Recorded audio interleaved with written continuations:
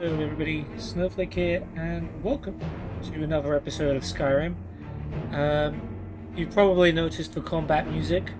We'll get onto that in a second. But first of all, I wanted to remind you guys that I do a thing every week called Snowflake Sunday, where you guys can vote for the content you want to see.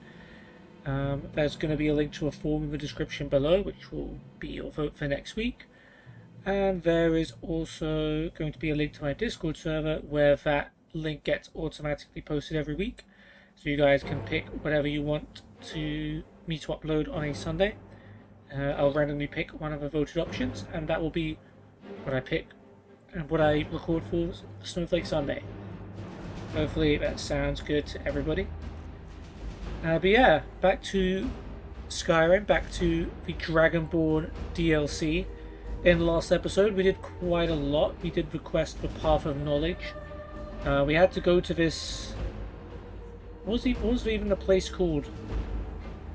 To find Neloth, Mushroomy Kingdom. I don't know. I can't remember what it was called. But we went to find Neloth at his hometown, and he was like, "Hey, there's this dwarven ruin called Chardak, which has all the black book you're looking for, so we can find out more about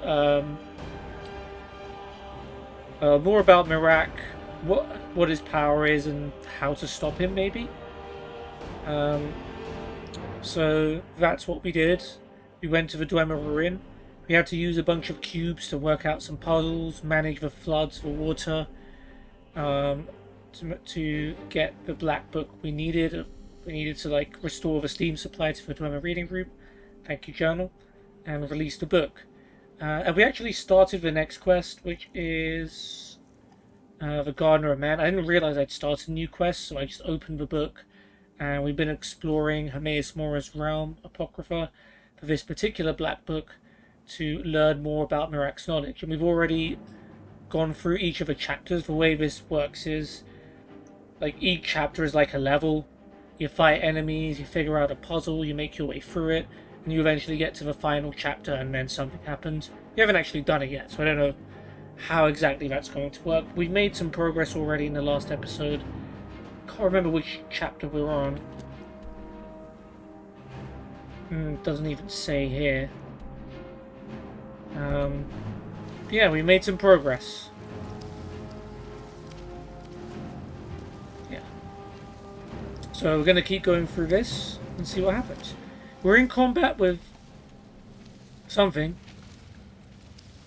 and it looks like it's about to die down.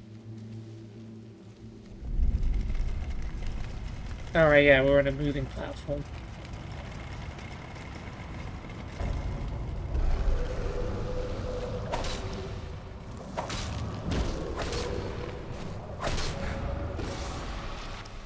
There we go. We can smack up some lurkers for sure.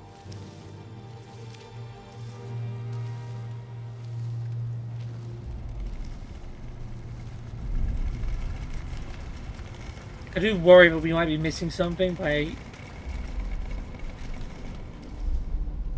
going to the different platforms. Okay, we've opened the doors. Yeah, the local map's not helpful. Oh, really? Or is it? No, it actually is. Okay. This must be chapter 3 then.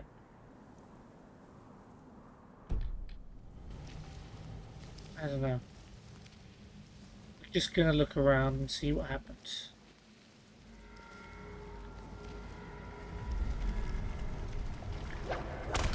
Hey, come on now. There's no need to be violent. Stupid tentacles. Guessing we were just meant to avoid the tentacle.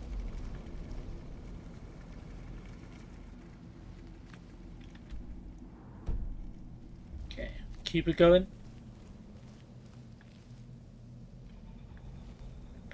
Some of these pieces of paper might be alive. Oh.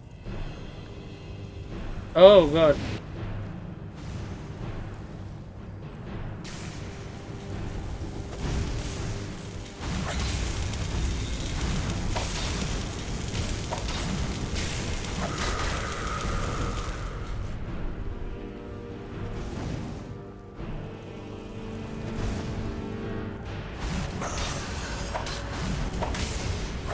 I need some stamina. I need some healing.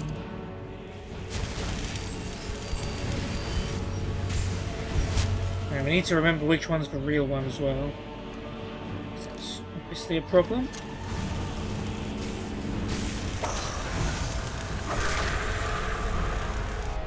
Okay. Looks like we've still got one more.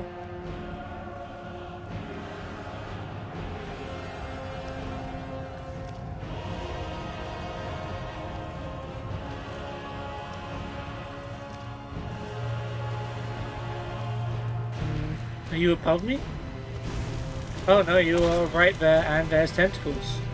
Let's heal first then, in that case.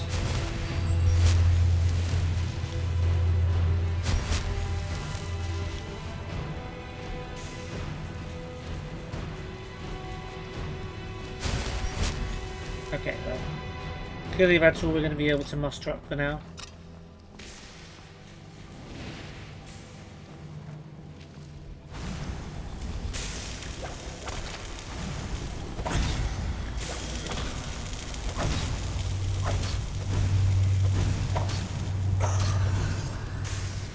Oh no. Okay, I wasn't paying attention to my health. No, we're not doing this.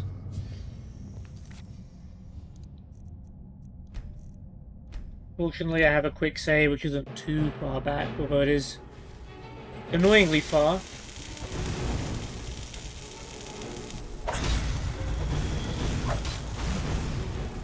What the heck? How do I just die? That didn't happen before. Alright.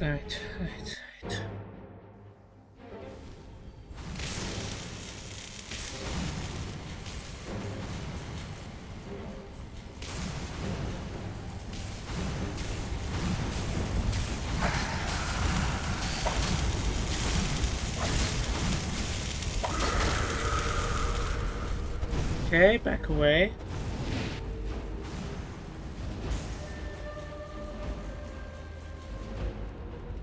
Oh, these are... Is this Magica? Oh no, it's just nothing. Okay.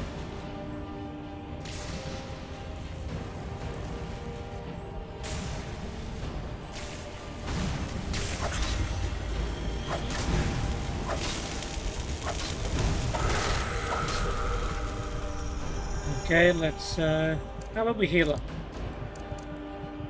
That sound good to anyone else?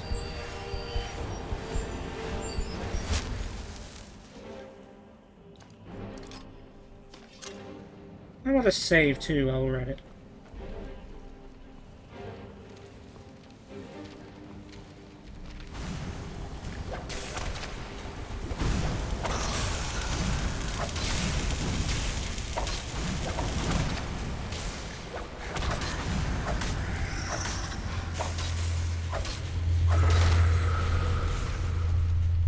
Wait, you weren't a real one?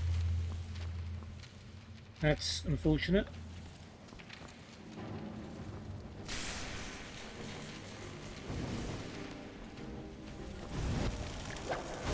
Ooh, that one hurt. We're gonna need to eat some more food.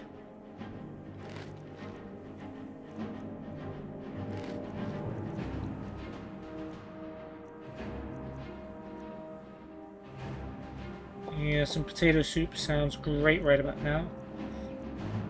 You never need this stuff until you need it, you know?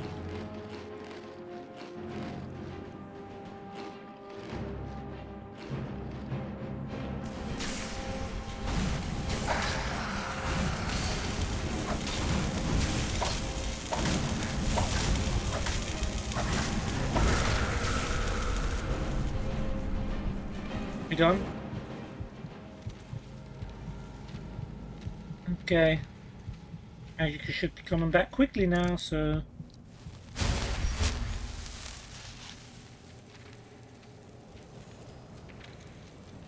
And my health.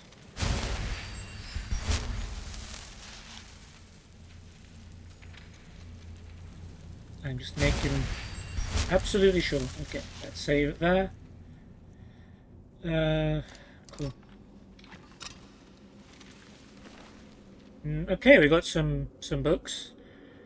Well, one book and one scroll. Nerevar, Moon and Star. Right. Let's look at our trusty journal to see if we've read it. We have not. Okay. First book of the episode. We've got a scroll of Conjure Storm Action Acts 2. Let us peruse over this book. Nerevar, Moon and Star. This is a selection from a series of monographs by various imperial scholars on Ashtanda legends. In ancient days, the Deep Hells and a great host of outlanders from the west came to steal the land of the Dunmer.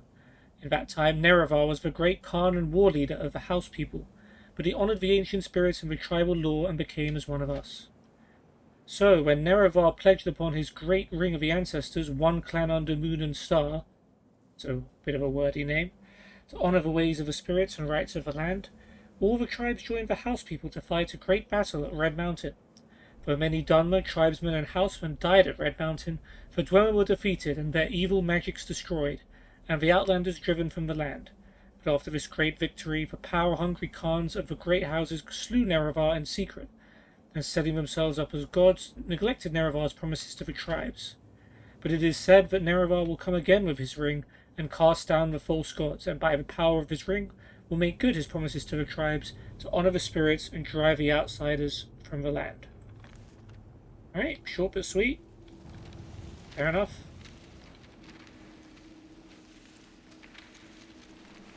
Empty ash pile, empty ash pile.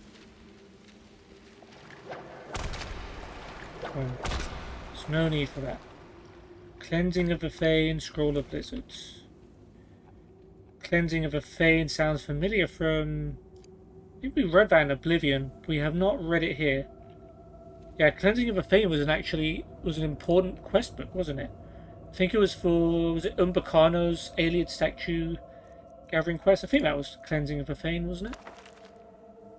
The Chronicles of the Holy Brothers of Maruch, Volume 4, or The Cleansing of the Fane. Editor's note, this is the only surviving fragment of the chronicle of this first era sect of the Alessian Order. It seems to have been kept at their great monastic complex at Lake Canulus, which was razed during the War of Righteousness, First Era 2321, and its archives destroyed or dispersed. Note also that Alessian scribes of this time customarily dated events from the apotheosis of Alessia, First Era 266. Here is recorded the events of the year 127 of the blessed Alessia. In this year was the day darkened over all lands, and the sun was all as it were Massa but 3 days old, and the stars about him at midday. This was on the 5th of first seed. All who saw it were dismayed, and said that a great event should come hereafter.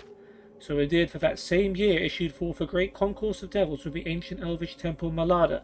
Yeah, Malada was definitely one of the places we went to in that quest line. Such had not been seen since the days of King Belhazar.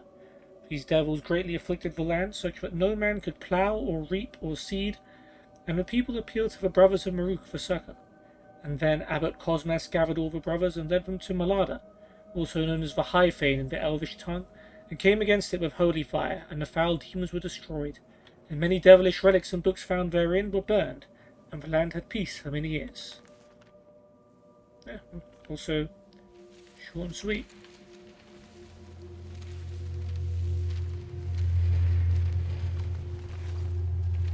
There's one more, right? We beat 3 Seekers up. Ah, you. Scroll of Call to Arms and Songs of a Return, Volume 24.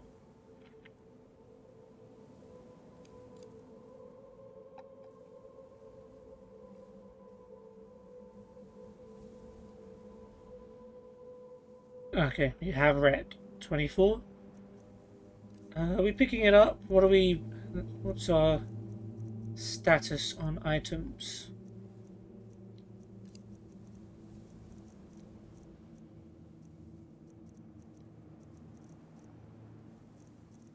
I don't think we're picking up stuff we don't need at the moment.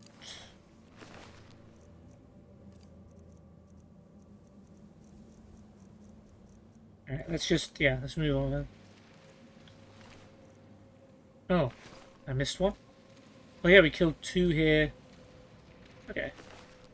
Brothers of Darkness, 5 Songs of King Wulfharth.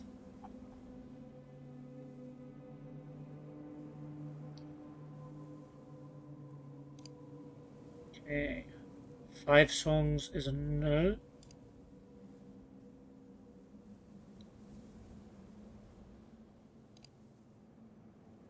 Brothers of Darkness also appears to be a no. Okay. I've got a Scroll of Dread Zombie as well. Brothers of Darkness. The Brothers of Darkness by Pelan Assi. As their name suggests, the Dark Brotherhood has a history shrouded in obfuscation. Their ways are secret to those who are not themselves Brothers of the Order. Brother is a generic term. Some of their deadliest assassins are female, but they are often called brothers as well. How they continue to exist in shadow but be easily found by those desperate enough to pay for their services is not the least of the mystery surrounding them. It is true, you know. For those who know what the Dark Brotherhood is, in Oblivion, we met them. Guild of Assassins, anyone that wants to have someone killed can call upon them. Then how do the people trying to catch them never abuse that to try and, catch them in the act? Like, oh, I summoned you with the Black Sacrament, and now we're going to arrest you and torture you and find out everything you know. So it's pretty interesting how they don't tend to get caught. Anyway, the Dark Brotherhood sprang from a religious order, the Morag Tong.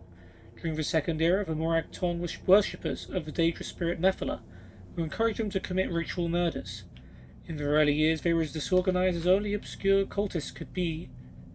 There was no one to lead the band, and as a group they dared not murder anybody of any importance. This changed with the rise of the Night Mother. All leaders of the Morag Tong and then afterward the Dark Brotherhood have been called the Night Mother. Whether the same woman, if it is even a woman, has commanded the Dark Brotherhood since the Second Era is unknown. What is believed is that the original Night Mother developed an important doctrine of the Morag Tong, the belief that while Nephila does grow stronger with every murder committed in her name, certain murders were better than others. Murders that came from hate pleased Nephila more than murders committed because of greed. Murders of great men and women pleased Nephila more than murders of relative unknowns. We can approximate the time this belief was adopted with the first known murder committed by the Morag Tong. In the year 324 of the Second Era, the potentate Sidious Shai was murdered in his palace in what is today the elsewhere kingdom of Senchel. In a brash move, the Night Mother announced the identity of the murderers by painting Morag Tong on the walls in the potentate's own blood. Previous to that, the Morag Tong existed in relative peace, more or less like a witch's coven, occasionally persecuted but usually ignored. In remarkable synchronicity, at a time when Tamriel, the arena, was a fractured land, the Morag Tong was outlawed throughout the continent. Every sovereign gave the cult's elimination his highest priority. Nothing more was officially heard of them for 100 years. It is more difficult to date the era when the Morag Tong re-emerged as the Dark Brotherhood, especially as other guilds of assassins have sporadically appeared throughout the history of Tamriel. The first mention of the Dark Brotherhood that I have found is from the journals of the Blood Queen Alimahera of Hecate. She spoke of slaying her enemies by her own hand, or if necessary with the help of the Night Mother and her Dark Brotherhood. The secret arsenal my family has employed since my grandfather's time. Alimahera wrote this in Second Era 412, so one can surmise that the Dark Brotherhood had been in existence since at least 360, if her grandfather had truly made use of them. The important distinction between the Dark Brotherhood and the Morag Tong was that the Brotherhood was a business as much as it was a cult. Rulers and wealthy merchants used the order as an assassin's guild. The Brotherhood gained the obvious rewards of a profitable enterprise, as well as the secondary benefit that rulers could no longer actively persecute them. They were needed. They were purveyors of an essential commodity. Even an extremely virtuous leader would be unwise to mistreat the Brotherhood. Not long after Alimahera's journal entry came perhaps the most famous series of executions in the history of the Dark Brotherhood. The Colovian Emperor Potentate Severian Chorak and every one of his heirs were murdered on one bloody night in Sun's Dawn in 430. Within a fortnight, the Colovian dynasty crumbled, to the delight of its enemies. For over 400 years, until the advent of the warrior Emperor Tiber Septim, chaos reigned over Tamriel. Though no comparably impressive executions have been recorded, the Brotherhood must have grown fat with gold during that interregnum. Yeah, you'd imagine so.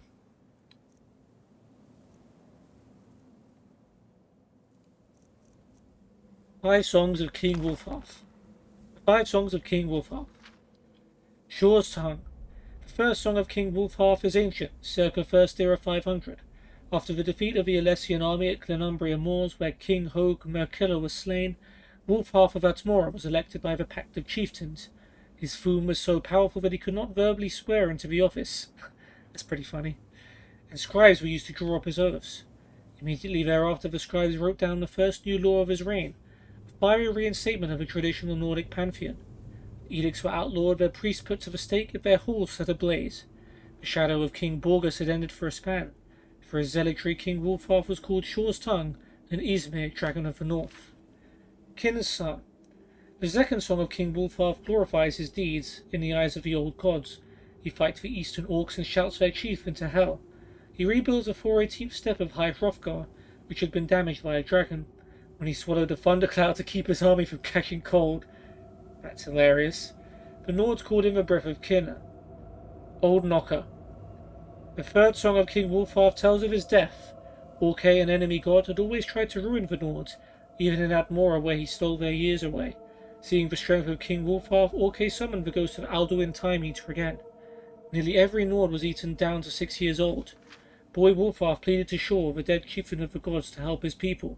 Shore's own ghost then fought the Time Eater on the spirit plane, as he did at the beginning of time, and he won, and Orkay's folk, the orcs, were ruined. Also, Alduin... Oh no, Alduin's for World Eater, this is someone else, Time Eater. Right. Wait, no, it says Alduin Time Eater. Interesting. As boy Wulfharth watched the battle in the sky, he learned a new fum. What happens when you shake the dragon just so? He used this new magic to change his people back to normal. In his haste to save so many, though, he shook too many years out on himself. He grew older than the greybeard and died. The flames of his pyre were said to have reached the hearth of Kin itself. The Ash King. The fourth song of King Wulfharth tells of his rebirth. The dwarves and devils of the eastern kingdoms had started to fight again, and the Nords hoped they might reclaim their ancient holdings there because of it. They planned an attack, then gave up knowing they had no strong king to lead them. Then in walked the devil of Dagoth, who swore he came in peace. Moreover, he told the Nords a wondrous thing. He knew where the heart of Shore was. Long ago, the chief of the gods had been killed by elven giants, and they ripped out Shore's heart and used it as a standard to strike fear into the Nords. This worked until Ysgramor shouted some sense and the Nords fought back again. Knowing that they were going to lose eventually, the elven giants hid the heart of Shore so that the Nords might never have their god back. But here was the devil of Dagoth with good news. The dwarves and devils of the eastern kingdom had his heart, and this was the reason for their recent unrest. The Nords asked the devil of Dagoth why he might betray his countrymen so, and he said that the devils have betrayed each other since the beginning of time, and this was so, and so the Nords believed him. The tongues sung Shore's ghost into the world again. Shore gathered an army as he did of old, and then he sucked in the long-strewn ashes of King Wulfharth and remade him, for he needed a good general. But the devil of Dagoth petitioned to be that general too, and he pointed out his role as a blessed harbinger of this holy war. So Shore had two generals, the Ash King and the devil of Dagoth, and he marched on the eastern kingdoms with all the sons of Skyrim. Red Mountain. The fifth song of King Wulfharth is sad. The survivors of the disaster came back under a red sky. That year is called Sun's Death. The devil of Dagoth had tricked the Nords. The heart of Shore was not in the eastern kingdoms and had never been there at all. As soon as Shore's army had got to Red Mountain, all the devils and dwarves fell upon them. Their sorcerers lifted the mountain and threw it onto Shore, trapping him underneath Red Mountain until the end of time. They slaughtered the sons of Skyrim, but not before King Wulfharth killed King Dumalakath, the dwarf orc. That's an interesting name, given there's a Daedric prince called Malakath, who loves orcs, as you'll find out later, and doomed his people. Then Vec the devil blasted the Ash King into hell, and it was over. Later, Kin lifted the ashes of the Ysmir, not sure if they meant that, into the sky, saving him from hell and showing her sons the colour of blood when it is brought by betrayal. And the Nords will never trust another devil again. The secret song of Wulfharth Ash King, a little bonus. The truth at Red Mountain. The heart of Shore was in Resdain, as Dagoth had promised. As Shore's army approached the westernmost bank of the inner sea, they sailed across at Red Mountain, where the Dwemer armies had gathered. News from the scouts reported that the Chimeri forces had just left Narcissus, and that they were taking their time joining their cousins against the Nords. Dagolf said that the tribunal had betrayed their king's trust, that they sent Dagolf to Lorcan, for that is what they called Shore in Resdane, so that the god might wreak vengeance on the dwarfs for their hubris. But Nerevar's peace with the Dwemer would be the ruin of the Velothi way. This was the reason for the slow muster, Dagolf said. The armies grow, and Lorcan, for that is what they called Shore in Resdane, said, I do not wreak vengeance on the dwarves for the reasons that the tribunal might believe I do. Nevertheless, it is true that they will die by my hand, and whoever should side with them.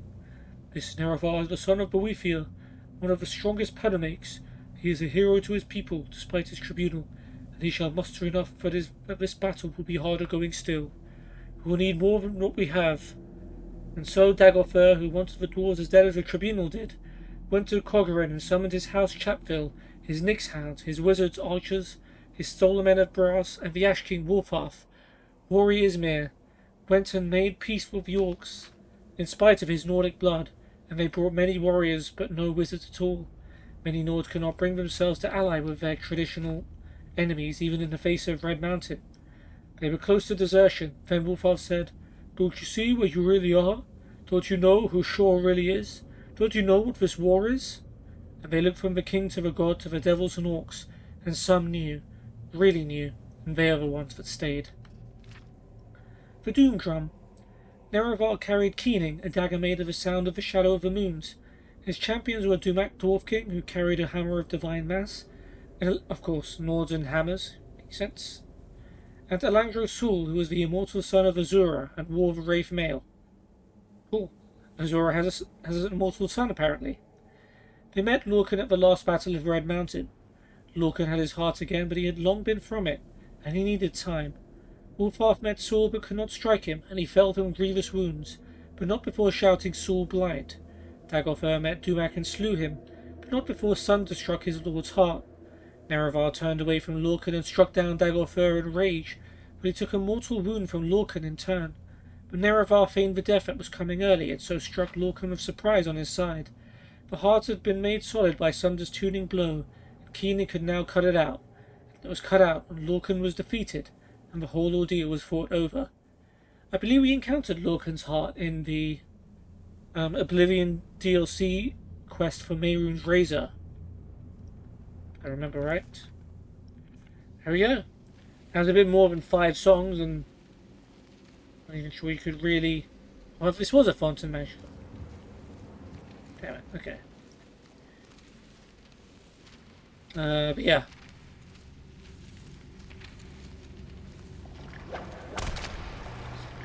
What with the whips, guys? It's not cool.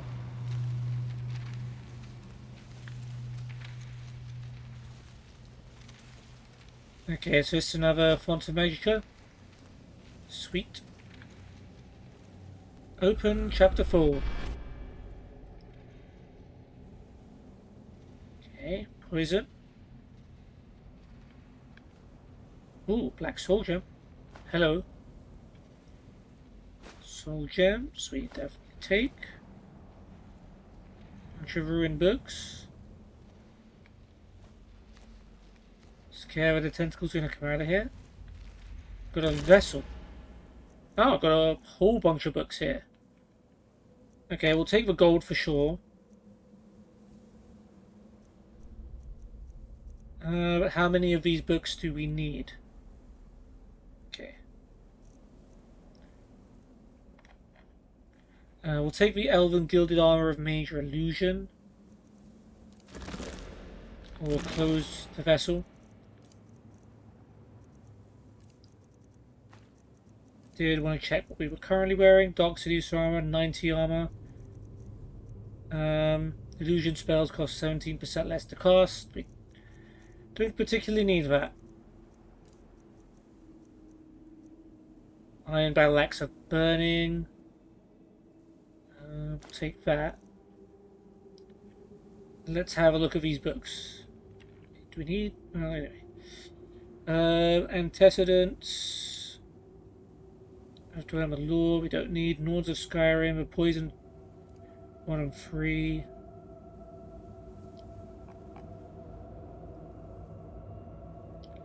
Nords of Skyrim's right there. The Poison Song.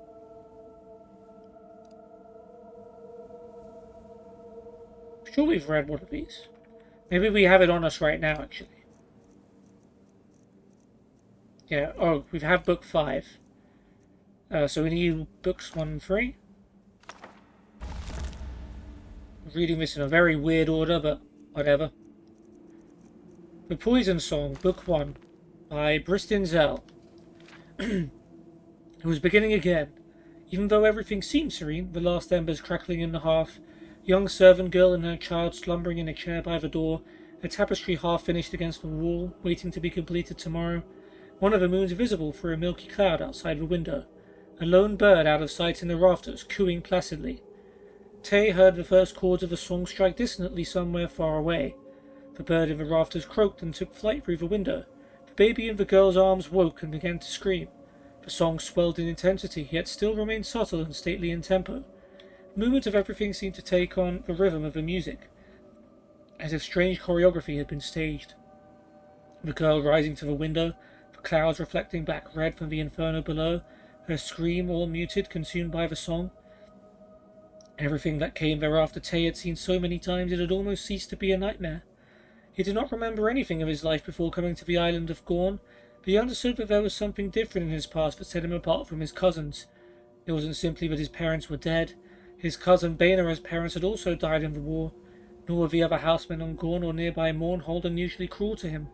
They treated him with a polite indifference that any Indoril has for every other 8-year-old boy that got underfoot.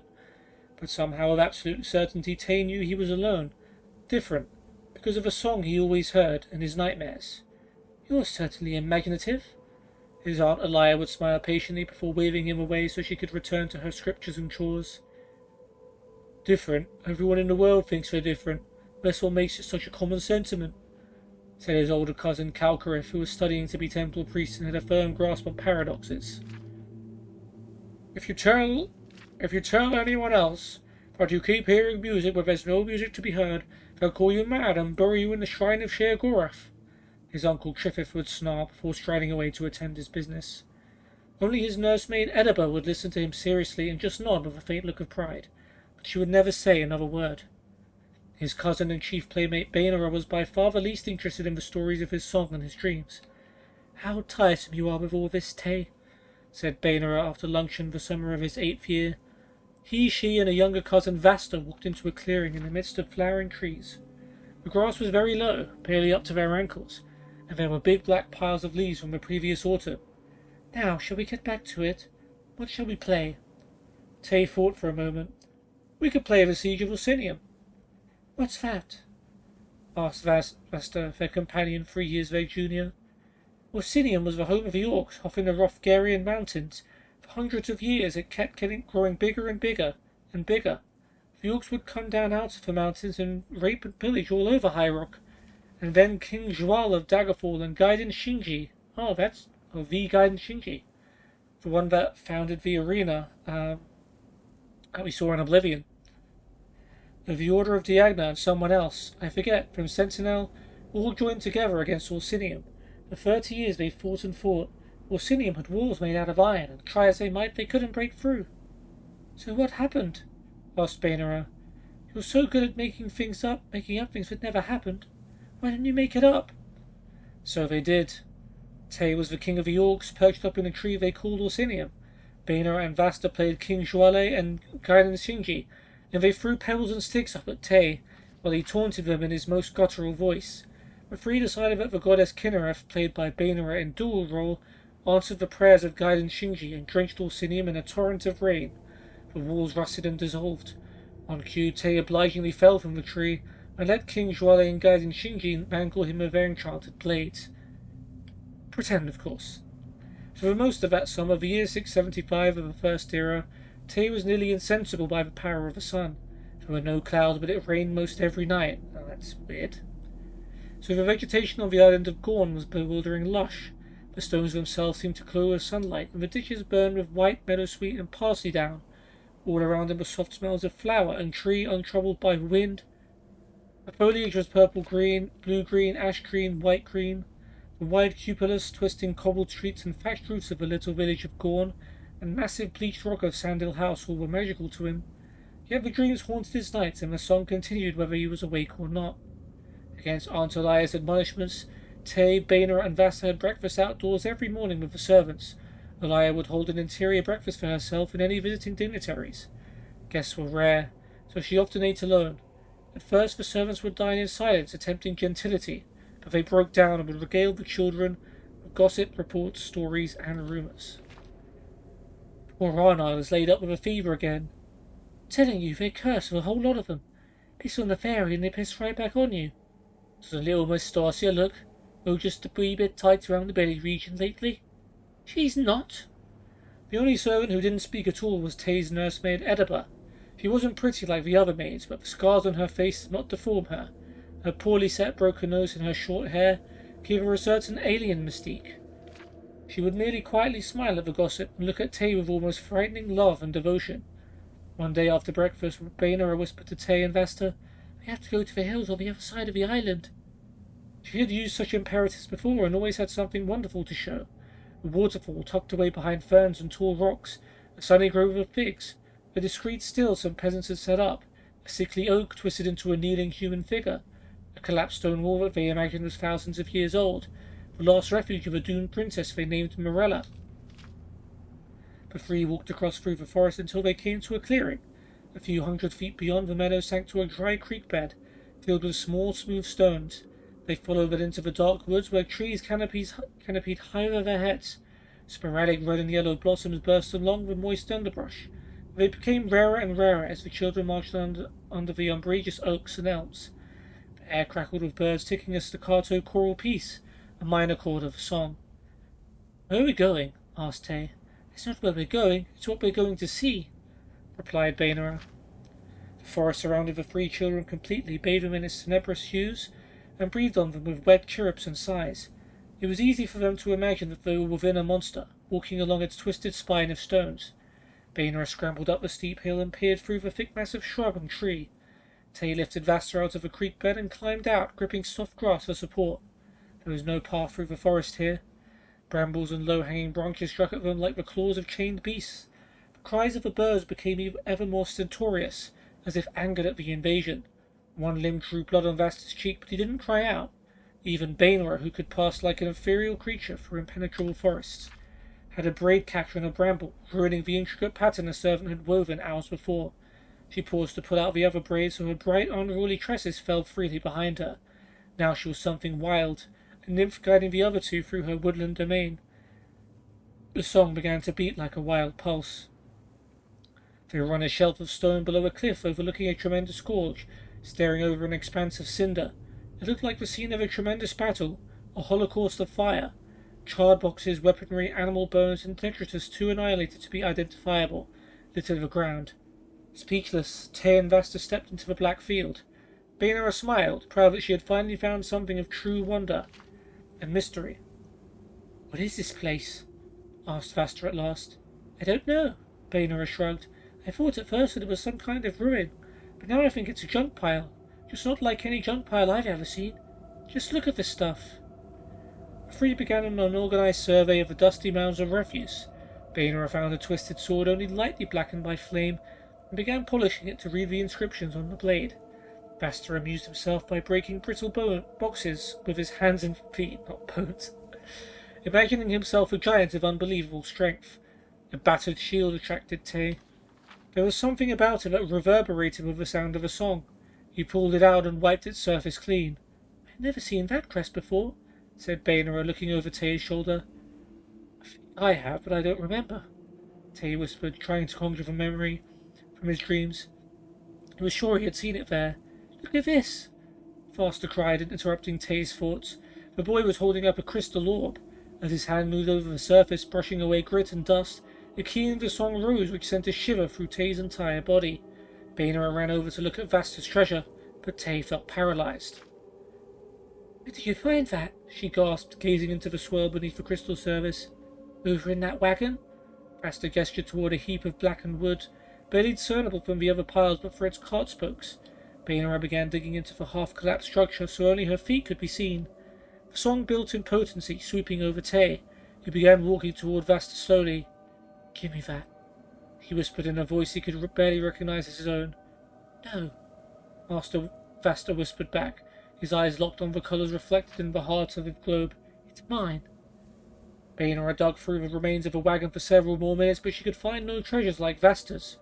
Most everything within was destroyed, and what remained was commonplace by any standards. Broken arrows, armor shards, bones. Frustrated, she pulled herself out into the sunlight. Tay was alone at the edge of a great gorge. Oh dear. Where's Vasta? Tay blinked and then turned back to his cousin with a shrug and a grin. He went back to show everyone his new plunder. Did you find anything interesting? Not really, said Bainara. We probably ought to get back home before Vasta tells them anything that'll get us in trouble. Tay and Bainara started to walk back at a quick pace. Tay knew that Vasta would not be there when they got back. He would never be returning home again. The crystal globe rested snugly in Tay's satchel, hidden under a pile of junk he had picked up. With all his heart he prayed for the song to return and drown out the memory of the gorge and the long silent fall down, for the boy had been so surprised he hadn't even time to scream. Rest in peace to Vasta. Now we move on to Book 3. If we can. Yep. Thank you. The Poison Song, Book 3 by Bristin Zell. Tay was 18 of the year 685 of the First Era when he first saw Mournhold, the city of spires, home of the goddess. His cousin Calcarif, already a senior initiate in the temple, gave him a couple rooms on the ground floor of a house he had purchased. They were small and unfurnished, but bitter green grew outside the windows, and when the wind blew they filled his bedroom with a lovely spicy air. The chords of the song did not trouble him any more. Sometimes he was even unconscious to it, so low and melodic it had become. Occasionally, when he was passing through the streets on the way to the temple for his instruction, someone would pass him, and the song would rise in intensity before falling away again. Whatever was different about those people, Tay never tried to ascertain. He remembered the last time he had let the song lead him, and called for him to murder his young cousin Vasta. The memory did not trouble him unduly, but he did not want to hurt anyone again unless he had to. House couriers regularly brought Tay letters from Bainara, still back in Sandal House on the island of Gorn. She might have gone to study at the temple. She was certainly intelligent enough, but she chose not to. In a year or two at most, she would have to leave and assume her place in House Indoril, but she was not in a hurry. Tay welcomed the trivial gossipy news the letters brought, and responded back with news of his own studies and romances. In his third month in Mournhold, he had already met a girl. She was also a student at the temple, and her name was Akra. Tay wrote enthusiastically about her to Bainara, describing her as having the mind of Sophosil, the wit of Vivek, and the beauty of Almalexia. Bainara replied back merrily that if she had known how blasphemous students of the temple were allowed to be, she might have become an initiate herself. You are very devoted to your cousin. Akra laughed when Tay showed her the letter. Am I looking at the last remains of a thwarted romance? She's lovely, but I never thought of her that way. Tay scoffed. Incest never particularly interested me. Is she a very close cousin, then? Tay thought for a moment. I don't know. Truthfully, no one spoke much of either her parents or mine. I really don't know how we were connected. We were casualties of a war for Red Mountain, that I know, and it seemed to cause rather a pall on the adult's humour whenever we asked about her parents or mine. After a while, we stopped asking. But you're an Indoril too. Perhaps you're a closer cousin to me than Bainara. Perhaps so, Akra smiled, rising from her chair. She uncoiled her hair, which had been pulled up in the formal arrangement reserved for well-born priestesses. As Tay watched transfigured, she removed the small brooch that fastened her robe to her shoulder cape. The soft silken fabric slipped down slowly, exposing her dark, slender body to him for the first time. If we are, does incest particularly interest you now? Oh boy. Of all the pick-up lines, you had to go with an incest-related one. Nice. As they made love, the song began a slow, rhythmic ascension in Tay's head. The vision of Akra before him darkened and was replaced by images from his nightmares before returning again. Okay, maybe incest is not such a great idea. When finally he collapsed, the room seemed filled with the fiery red clouds of his dream, and the scream of a woman and her child facing death echoed in his head.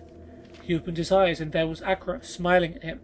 Tay kissed her, grateful to have her in his arms. For the next 2 weeks, Tay and Akra were never far apart, even when they were at study in opposite wings of the temple. Tay thought of her and somehow knew she was thinking of him. They would rush to be together afterwards, ravishing one another in his rooms every night, and in a private corner of a temple garden every day. It was while Tay was rushing to see his beloved one afternoon that the song rose up in powerful, strident tones at the approach of an old, ragged woman. He closed his eyes and tried to quiet it, but when he looked again at her purchasing cork-bowl papyrus from a street vendor, he knew who she was.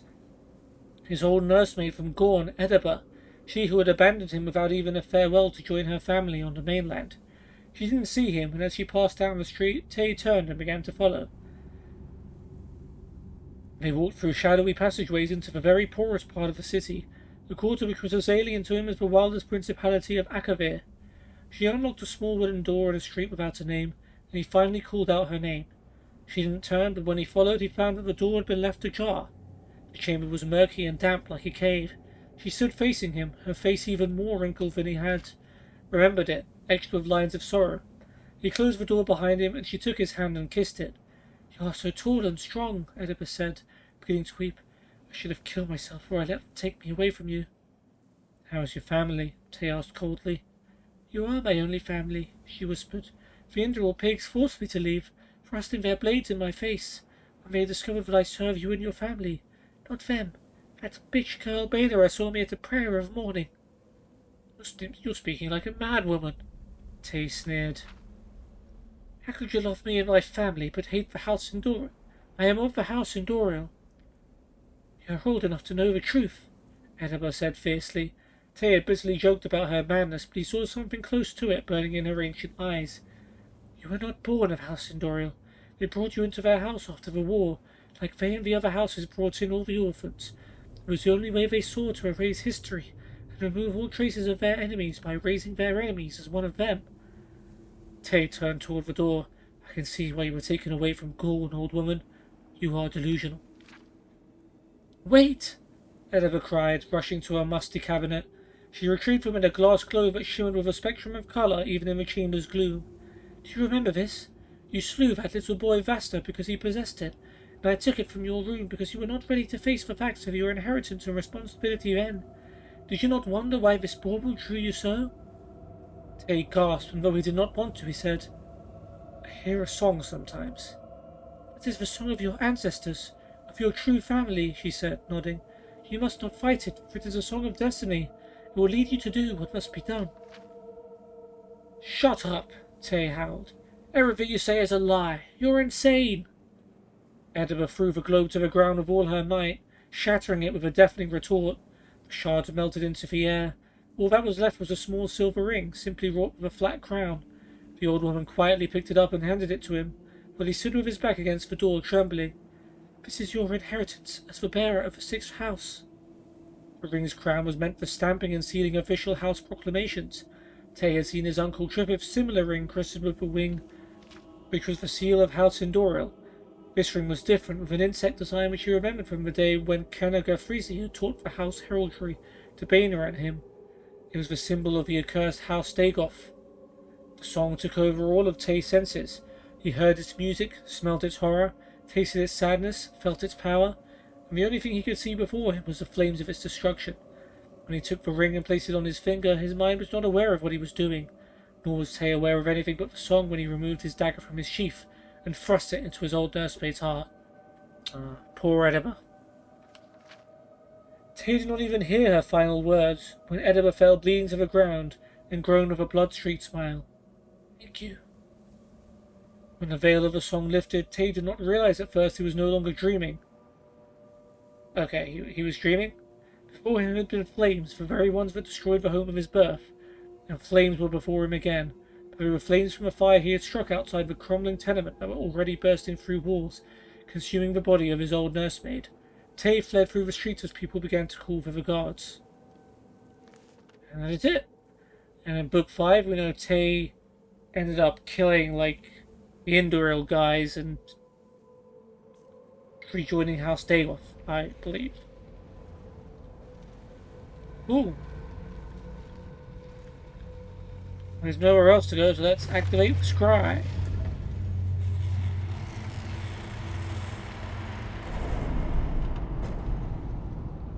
Okay, a bunch of creatures didn't start beating us up.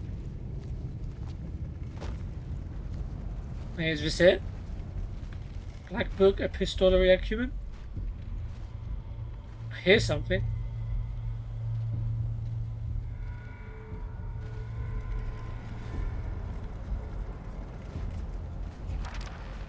Are we about to get dragged into, like, the Inception book? All seekers of knowledge, come to me sooner or later. Didn't we already chat to you, Hermaeus?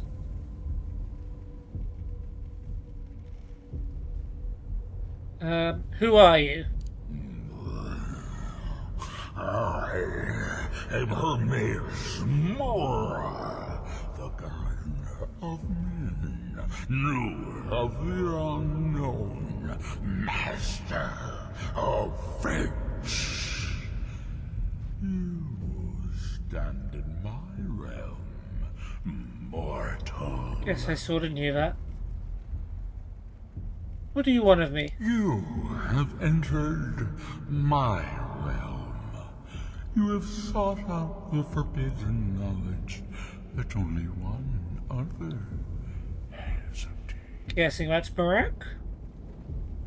You are dragonborn, like Mirak before you, a seeker of knowledge and power. Sounds good to me.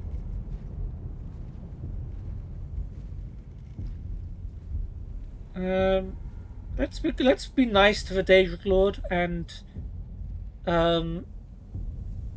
ask nicely for his help. Yes, I came here to learn Mirak's secrets. All that he knows, he learned from me. Are you taught him how to breathe? I know what you want.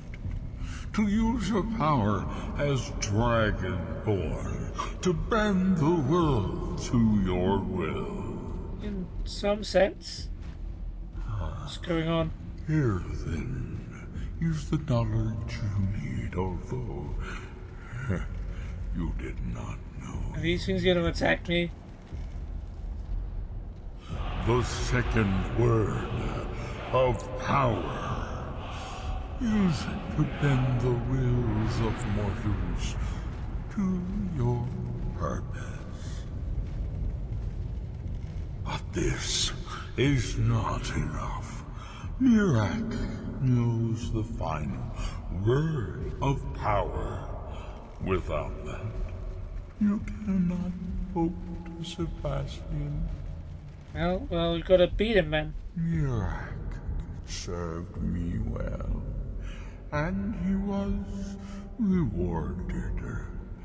I can grant you the same power as he wields, but all knowledge has its price. Alright, what would you have me do, Mr. Mora?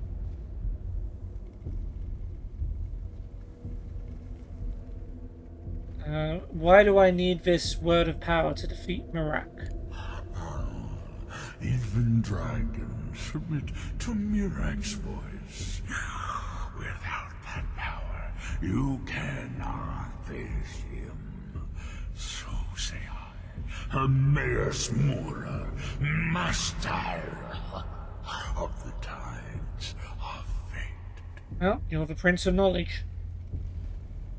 Isn't Mirak your ally? Why help me defeat him?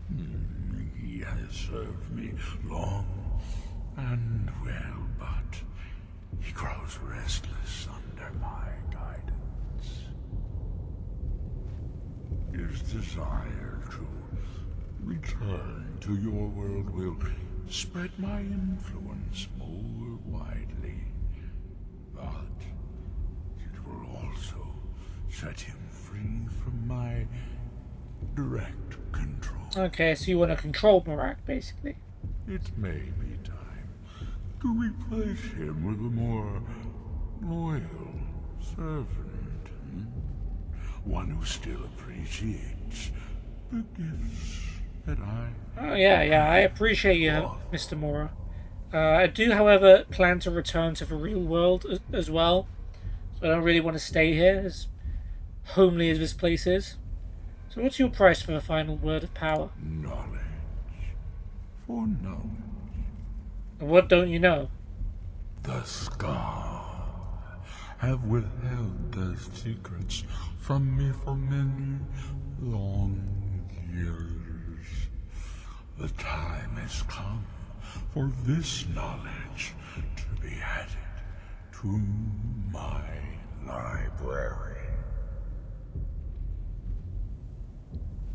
Okay, so the skull, remember, that's the town we went to with Free and, was it Storm? They were simple people that were like hunters, but not like in a bad way, in tune with nature and all of that stuff.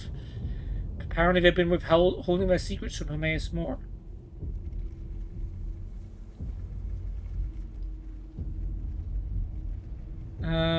What if the Scar refused to give up their secrets? My servant Murak would have found a way to bring me what I want.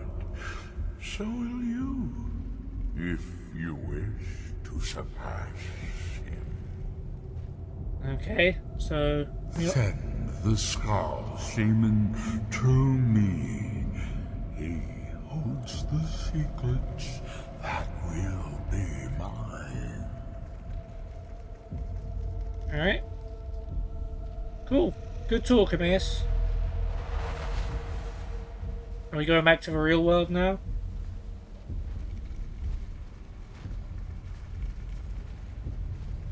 Alright, well, let's look at our new word of power. So we got Dragon... Wait, no. Bend Will, Earth, Mind, Spirit? Your voice bends every stone... Stones to your will as it gains power. Animals, people, even dragons must do your bidding.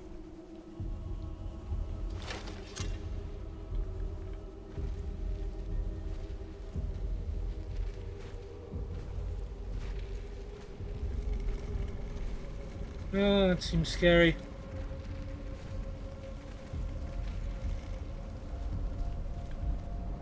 So... I have to have my weapons away.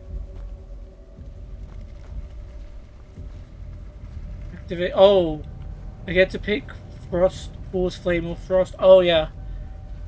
Okay, so this one increases the power of one of our shouts, and I think we can come back to this book whenever we want to change this power as well.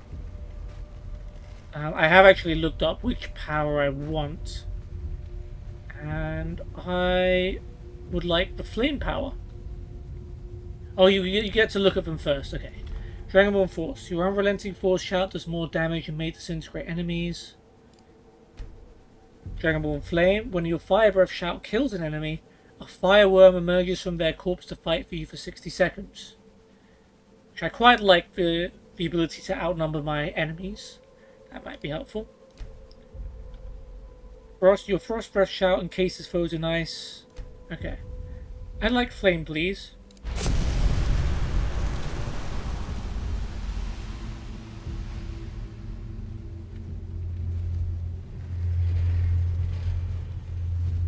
Okay, now what? Oh, we can go back to Soul's time.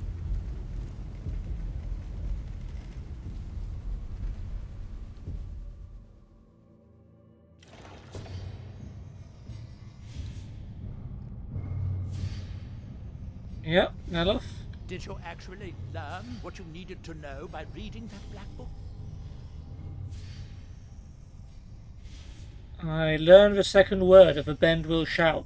No wonder that Dwemer was so interested in that book.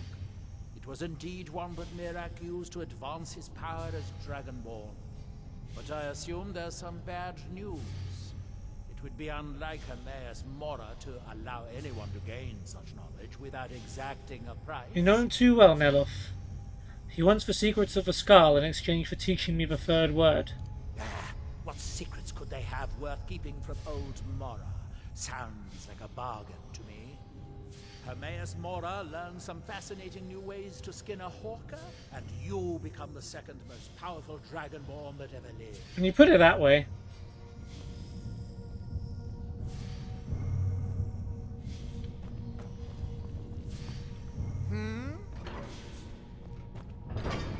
So what, you're done with us now?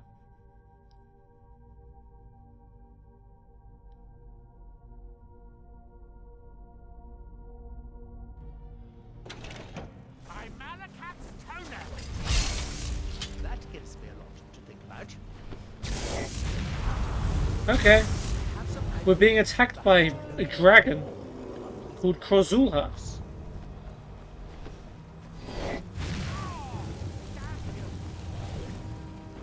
Go on, Elof, hit him with some magic. Soon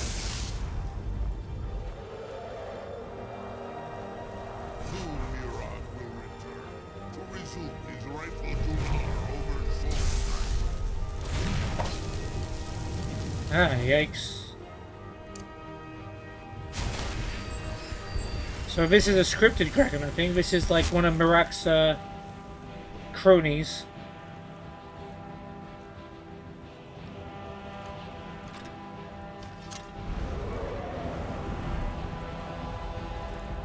When Mira returns, all will bow before I get up here.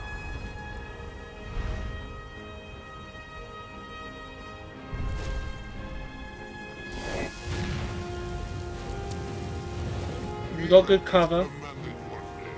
So it shall be. Hey, come on, you don't get 2 shots. That's cheating.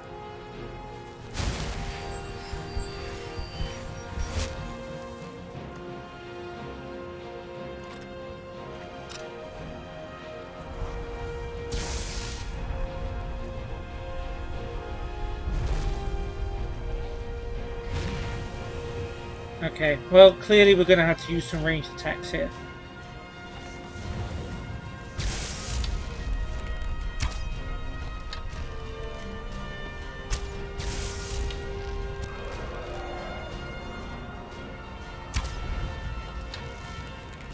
Got 700 arrows.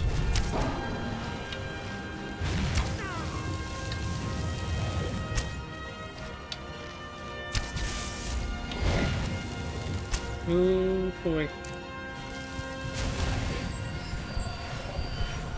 That was mighty close.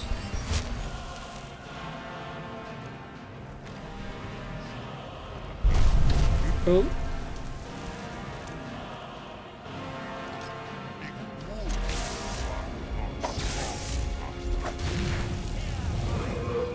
I thought I was the one dying for a second. We had a full animation while Nelov just keeps firing. Yeah, I'm sure stabbing it with a mace. No match for my magic. Do I get the soul though?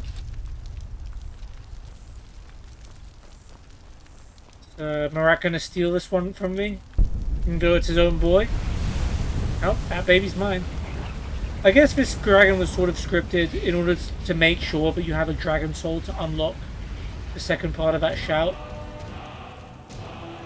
I can't really take the bone and scales.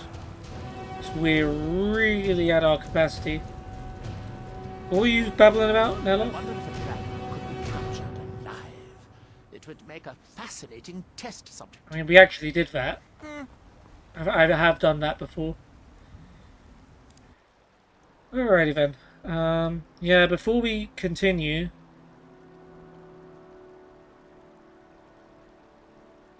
now let's just keep going. Let's go back to... Let's go to Skull.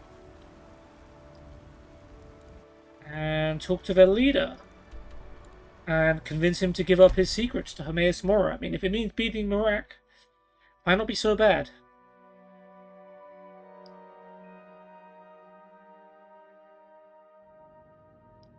Dior, you must be calm. I'm sure there's a good reason Baldur left us. Something isn't right, Fenar. I feel it in my bones and I smell it in the air. Baldur wouldn't leave without telling someone. Don't worry yourself over nothing, Dior. Ah, there you You go. want a head full of grey hairs before you've seen 40 winters? Extra quest? It makes my heart heavy that you don't believe me, Fenar. Baldur could be in danger and you will do nothing. If you won't help me, then I'll ask the Allmaker to send someone else who can. The Allmaker is here to help. I'm the leader of the Skal, but it's the Allmaker who truly protects and provides. We didn't talk to her before? Tell me about your people, the Skal. We are Nords, much like those you'll find in Skyrim. Long ago, our path diverged from that of our cousins on the mainland. We live as one with the land, for the land provides all that we need. Also, like the Nords of old, we embrace the Allmaker. We do not worship the 9 gods of the Empire. Cool, how'd you become the leader? I was chosen by the people of the village when our last leader, Scoff the Giant, departed the cold world to join the Allmaker. I suppose I've always spoken my mind and tried to do what's best for the Skal. That's why the others call me Fanari Strongvoice. Do you want to know why they call me Strong Voice? Usroda! Did I overhear that someone is missing? Oh, I doubt it. Dior has always been quick to worry. Go and speak to him if you like, but do not be surprised if you end up in a wild fox chase. It would not be the first time. You don't seem worried at all. Welcome in our village. Which one is Dior? My son and I gather items to trade with travelers who visit the village. I hope you will give me word if you find anything about my brother. I came here to study the history of Solstheim. It's the Skal. Huh. Don't see any Diors. Alright, well, let's talk to Storm. For many years now, I have attended to Storm, learning his ways. Alright, let's just talk to Allmaker guide me. Storm. So the dragons have returned. Well, the Skal have survived worse. I spoke to Hermaeus Mora. He asked for the secrets of the Skal. Hermaeus Mora. Old Mora himself. So he is the source of Mirak's power. Of course. We have many tales of Mora trying to trick us into giving up our secrets to him. Guess he gave up on tricks. And now he comes again for what we have long kept from him. Yeah. It would be funny if he did this whole thing, gave Mirak all of this power, just to find out the secrets of the Skal. I don't know if there are that many secrets. Mora. Why do you call him that? That is our name for him. The demon of knowledge. He has always been our enemy. I'm guessing asking him directly won't go down well. He said it's the only way he'll teach me the final word of Mirak's shout. So it falls to me to be the one to give up the secrets to our ancient enemy. I do not know if I have the strength to face him. Come on, give it a try. Mirak's corruption of the stones, the oneness of the land is disrupted, and our connection to the Allmaker is broken. I'll restore the remaining stones if that will help. It may. It should.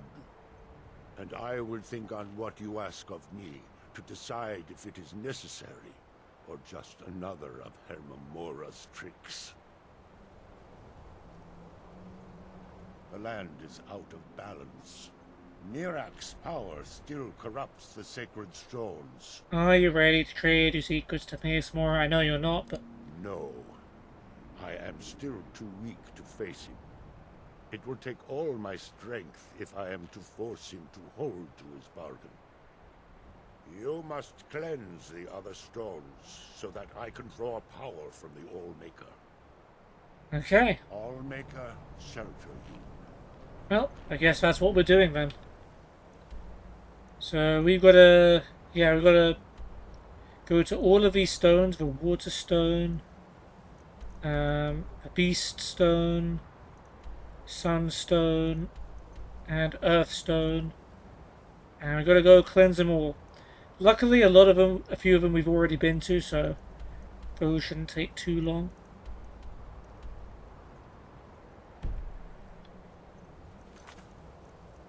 Okay,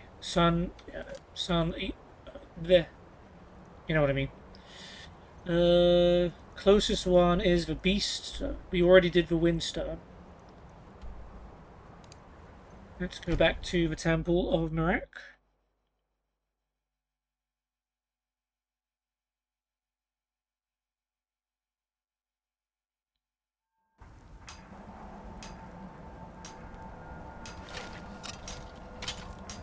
Now through him do we see.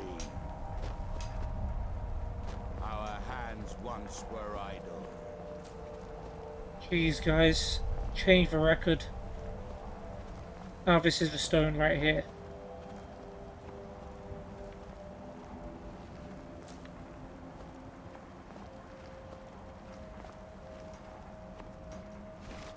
Are these goblins? Reekling warrior. What the hell is a reekling?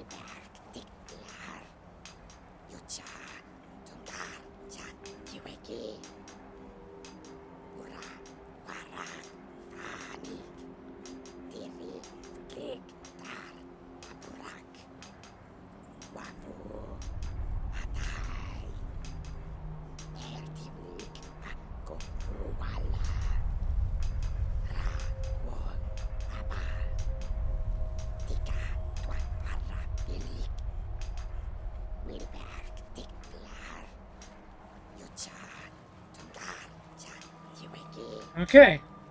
Anyone got to translate?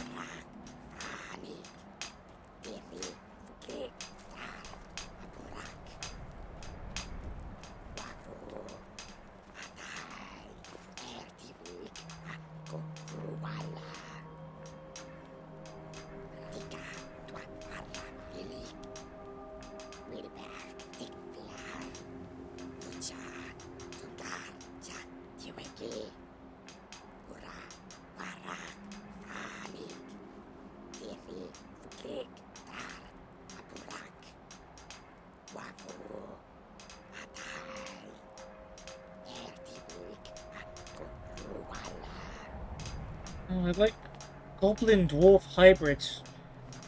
Really weird.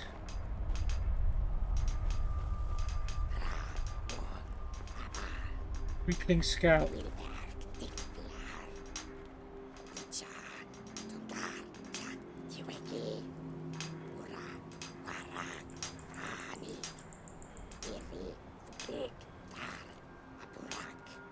Scout's having some trouble, man.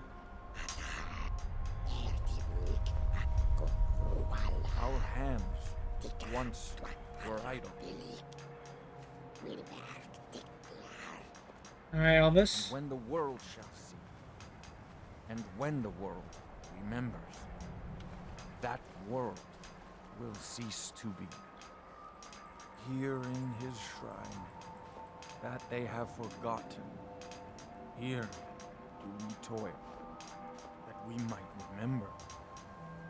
By night, we reclaim what by day was stolen, far from ourselves. He grows ever nearer to us. Our eyes once were blinded, now through him do we see. Our hands once were idle, now through them does he speak. And when the world shall listen, and when the world shall see, and when the world remembers. Alright, cool. I've got you. I got the gist of it. That world will cease to be. So are these Reekling guys gonna like attack me as soon as I undo the spell? Only one way to find out.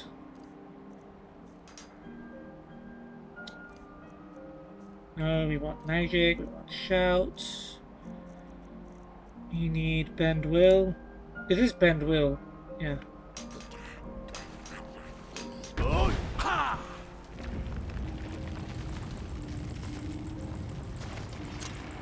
Okay. Something's gonna come out of this, right?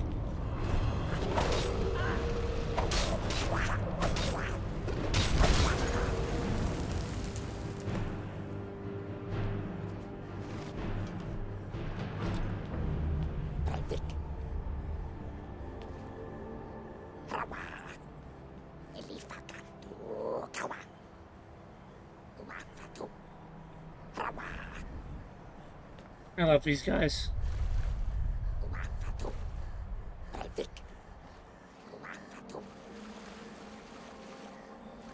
I'd rather make mead than ugly shrines. You did good getting us away from there. You're welcome, I man. brought down as much as I could when we ran off, but it will only last so long. Are you the one who makes the mead? I make it, drink it, I share it with friends. Ha! Thirsk didn't always make its own mead. No, we used to get by on shipments from Skyrim. But those gold grubbers at the East Empire Company started charging more than their share for bringing it over. We still buy what we have to, but I make as much as I can. Cool. You a warrior? I wouldn't be at Thirsk if I wasn't.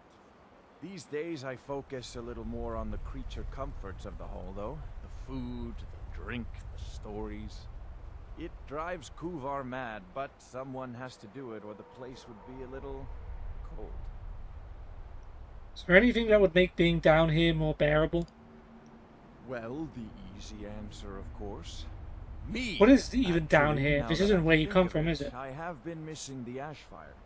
It's a special brew that we make at Thirsk. Is that a quest I hear? If you could somehow get up there and grab a bottle, I'd be a long way towards forgetting how miserable it is down here. Okay, bring Elmer some Ashfire mead. All right then. The Reekling's cleared off. Alright. Lurker has a gold ring. Circlet of minor conjuration. I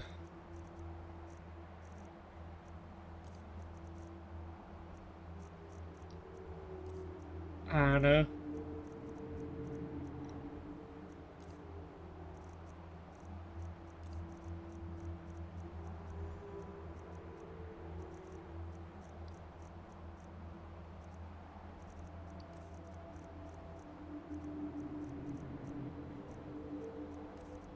I guess at this point we could just drop some flour or something.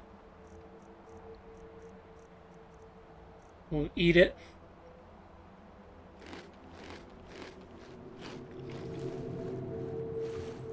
Cool.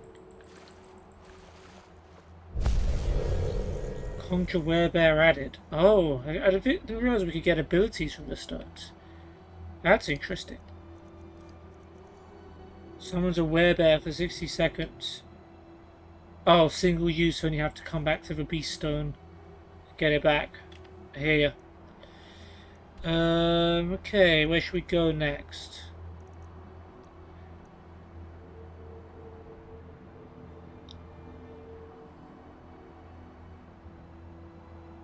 Should we go around clockwise?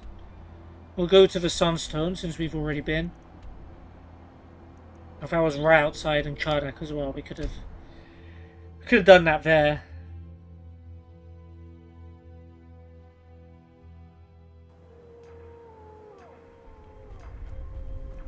By night we reclaim. You about to reclaim nothing. Far from ourselves. He grows ever near to us. Our eyes once were blinded. Good! Ah!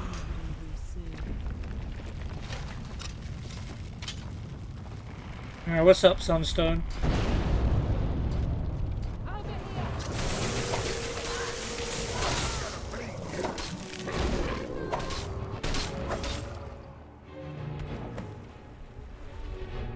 Right, we're still in combat.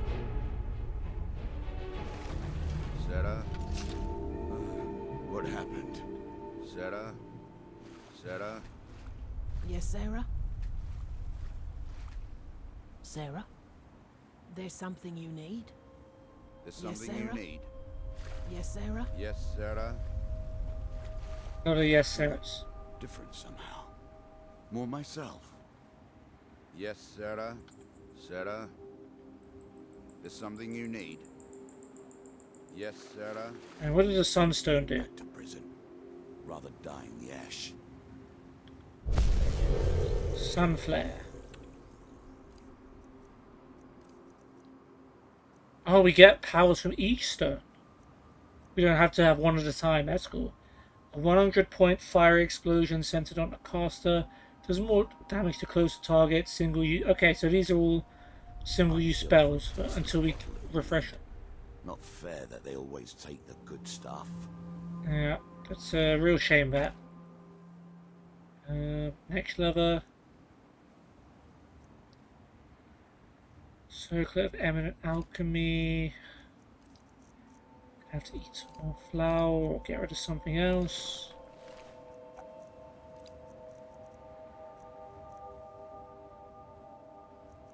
And why is this one more valuable? Oh, this is a helmet. Oh, this is your Circle of Alchemy. This is Circle of Eminent Alchemy.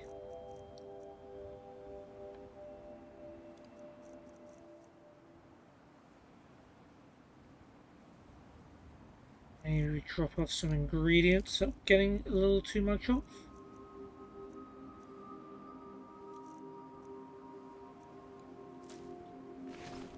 Sure. The captain promised me a life of adventure on the high seas. Instead, I'm stuck on this cesspit of an island. My heart bleeds for you, Reaver. But we've got some more stones to break. Earthstone, what up?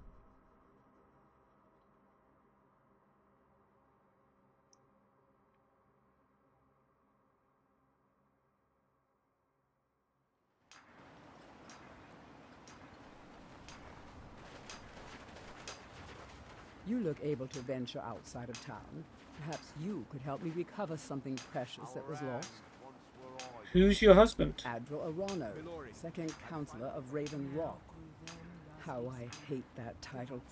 Damn fool's going to get himself killed over it someday. Oh yeah, he's the guy who met us at the boat.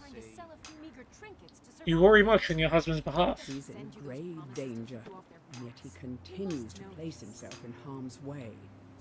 When I fall asleep at night, all I can do is hope he'll still be there when I awaken. This island was never meant for us. There's too much death here. Perhaps you should return to Morrowind. I assure you, if I could convince Admiral to do that, I'd be on the next ship back to Blacklight. Yeah.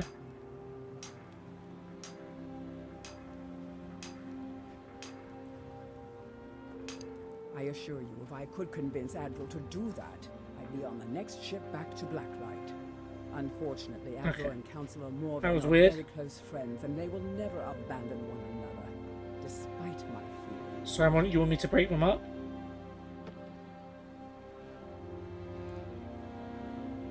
You haven't told him how you feel? I'm the wife of a second counselor, and certain What's things going are on with this? expected of me.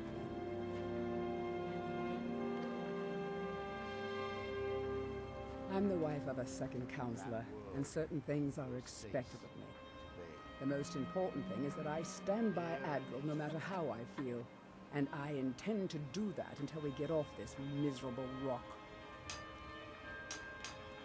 Where are you from originally? Admiral and I lived in Blacklight, the capital city of Morrowind. House Redoran has improved Blacklight substantially over the last 1,000 years.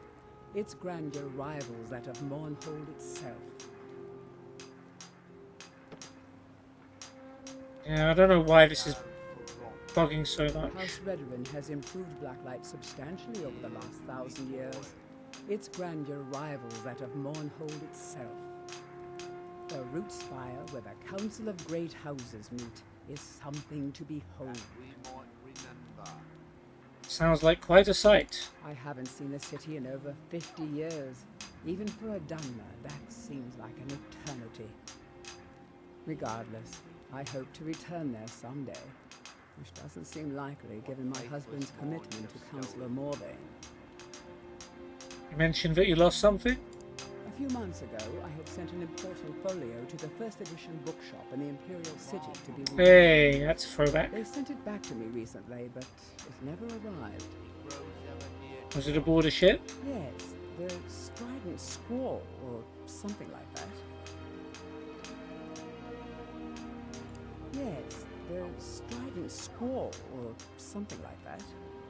The damn thing sunk right off the coast of Solstheim. Can you imagine? Sunken ships, seen plenty. How do you know? One of the sailors survived.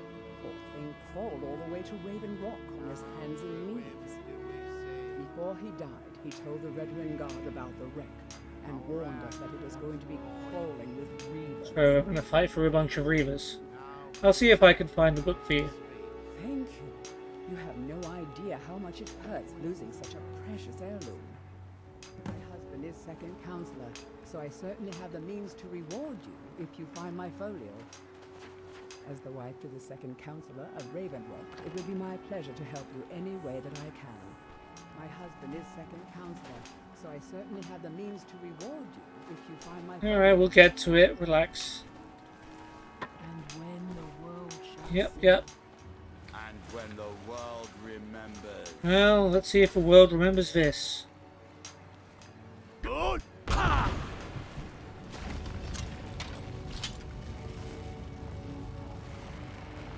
Alright, come at me.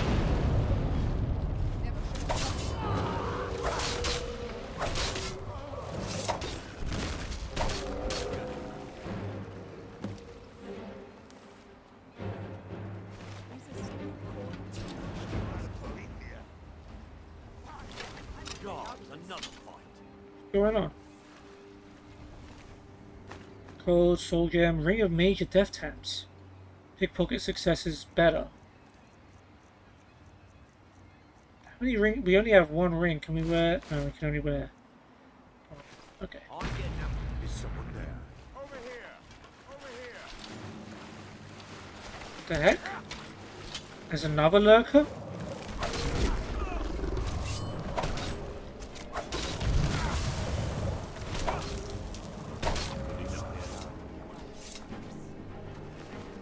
Code, stored fish egg, silver jewel necklace, ring of restoration.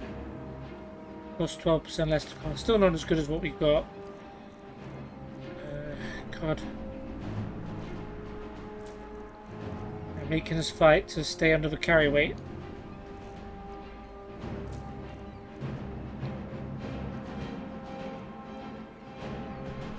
That will do the trick.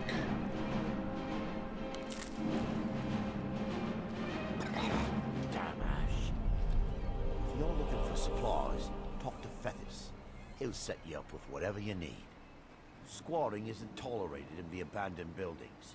If you need a place to stay, head to the Corner Club. Just remember who's in charge around here. Is that you? If it wasn't for the bulwark, we'd be digging our houses out from beneath the ash by now. What? Never seen a Veteran Guard before? Yeah, just I hate enslaved. to break it to you, but there isn't a scrap of ebony left in the mines. You might want to just move on. You think you have it bad? Try walking the bulwark at night. If you're looking for the East Empire Commander, they've been gone for over 100 years. Myself why Mirak was making us build these shrines. Make way. And I'm afraid the Go answer where will you be please, far worse but than I'd any stay of us can inside the imagine. bulwark if I were you. Obey our laws, or suffer the consequences. Glover Mallory is a wonder with the old hammer and anvil. He mended me armor like an old pro. What? Ever seen a Veteran Guard before? Let's talk to you, Rand. I'm asking myself why Mirak was making us build these shrines. And I'm afraid the answer will be far worse than any of us I'm can handling it, imagine. don't worry. Keep moving. I'm asking myself Yep. why Mirak. Okay, you're asking yourself. Good. And I'm afraid the answer will be far worse. Alright, I think everybody else left, so maybe we'll catch up with everybody else in another day. Okay, what does the Earthstone do? Bones of the Earth.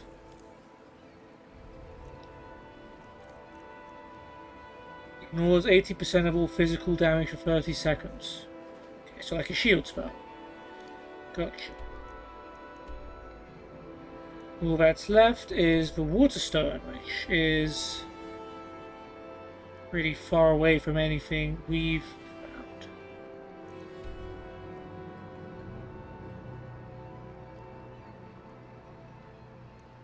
Trying to figure out what's the closest. Probably just go from here.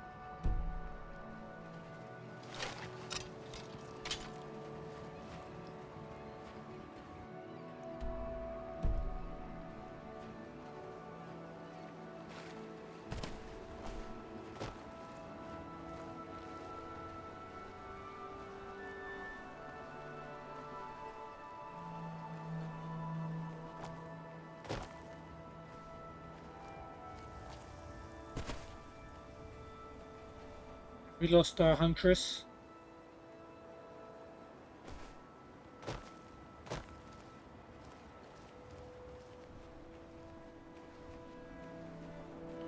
Who knows?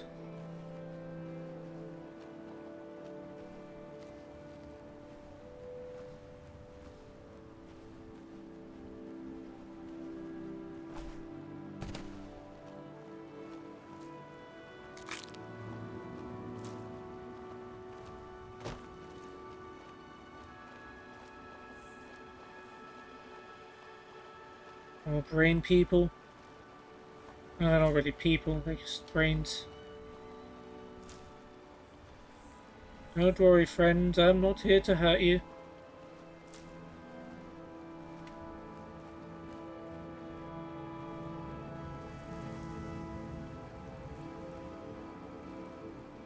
Oh, a nerd route.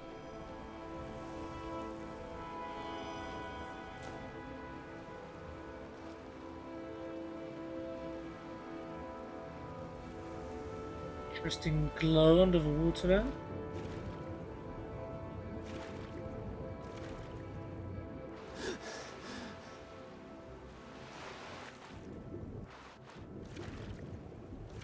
No fish.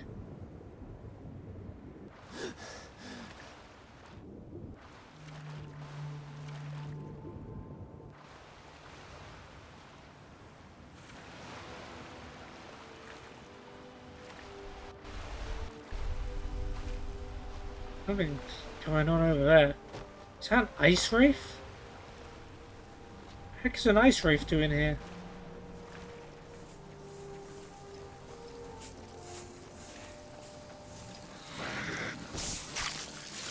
Oh, everything here is evil.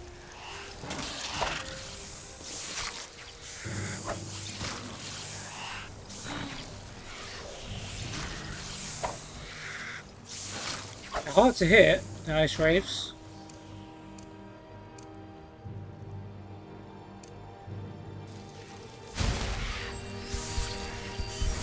Let's try something.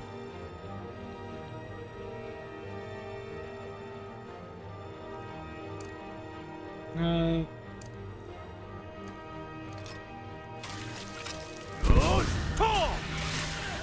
Alright, I should get something fighting for me now.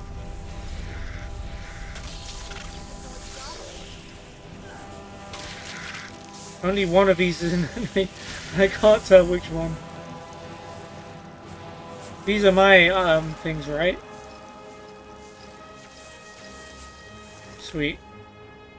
Boar tusk. Okay, we'll take both of these. Gold. White cap. Let's eat a tusk and find out that it fortifies our stamina.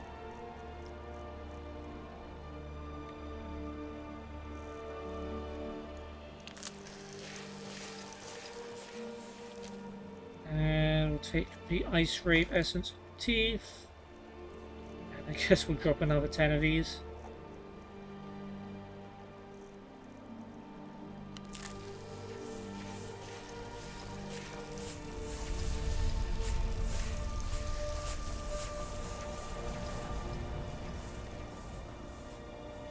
Pretty cool. This is where the stone is. Something tells me I won't be able to climb all the way up this, but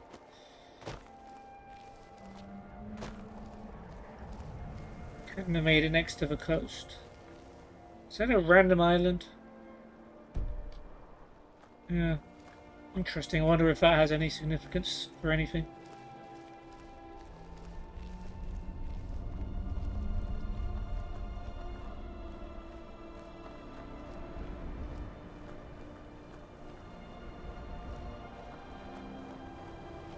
Is that a mine of some sort? Probably. Are those people?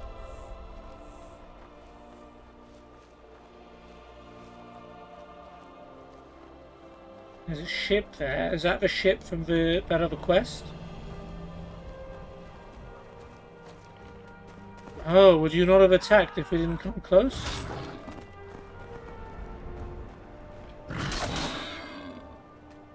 Nope. Grab your meat.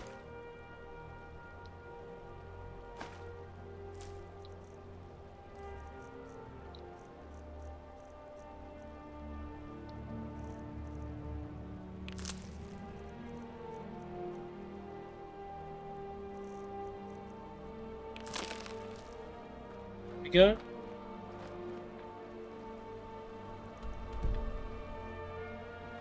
Maybe it is that boat, I don't know. Maybe we're gonna see... Wait, was that... Was this area actually a mine? No, it just looks like just out-of-place rock. It would be funny if we went there and we just see a bunch of boars working on it. That'd be pretty hilarious. Gonna be able to scam our way up.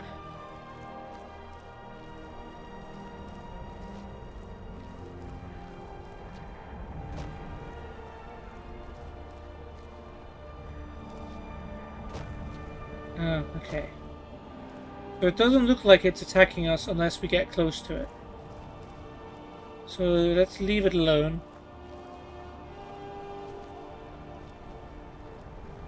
Ayla, you leave it alone too.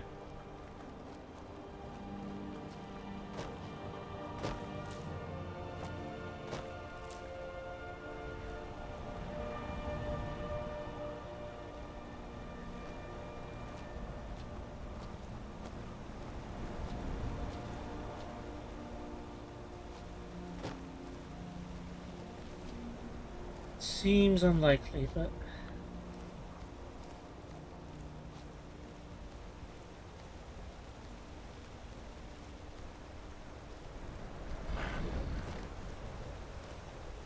Oh, Ayla angered the boar.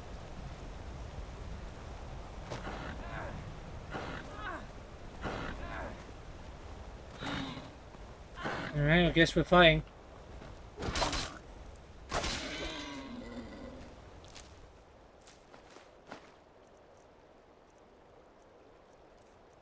Maybe boar meat's not the most... But if it's cooked...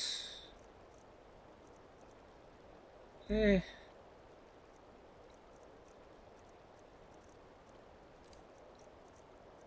Anything else we could maybe... We're really struggling. I know we got stuff that ordinarily we wouldn't carry, but... Oh, come on in, let's just eat some more flour.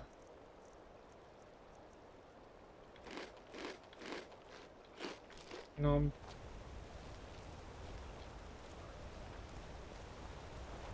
Okay, Natures, we don't want to hurt you.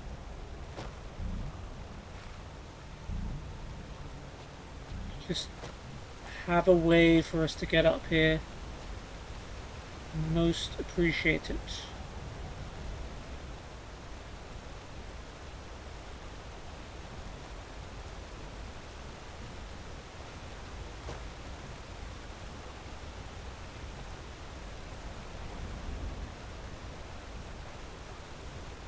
They're probably looking at us like we're the stupidest creatures in the world. Damn it, they're right.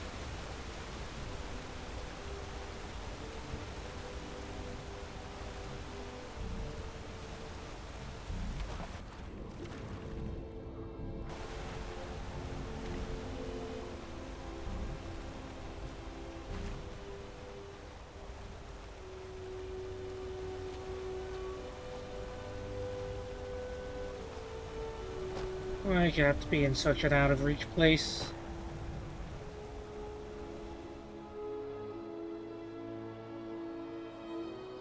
Is there a path up there that we've just somehow missed? Probably.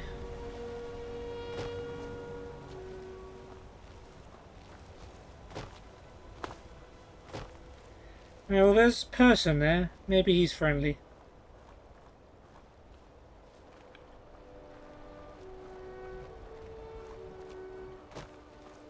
Well, he's not tearing our head off.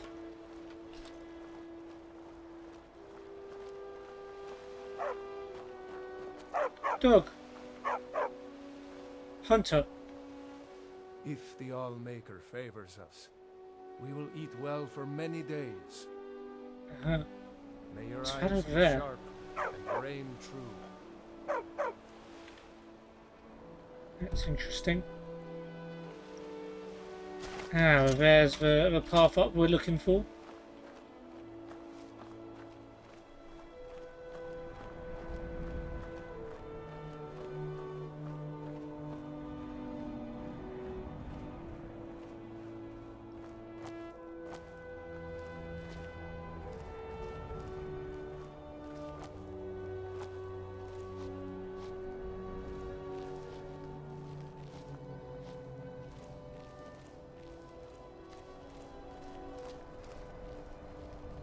I know.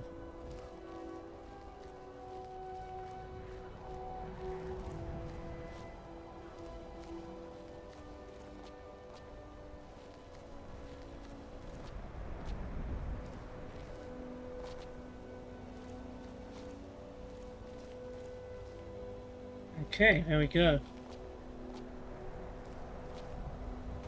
There is the woodstone. Need to be careful we don't end up going down the waterfall.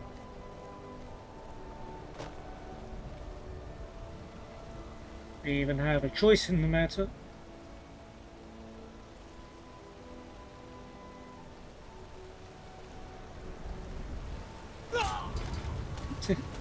Good thing I saved.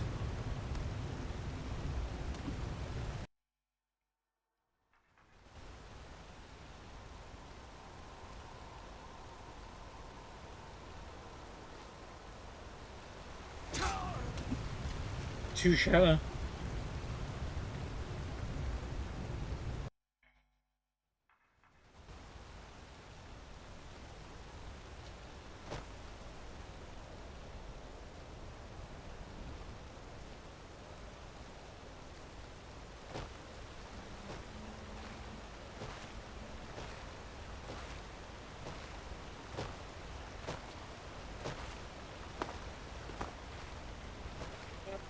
Yeah. Yeah.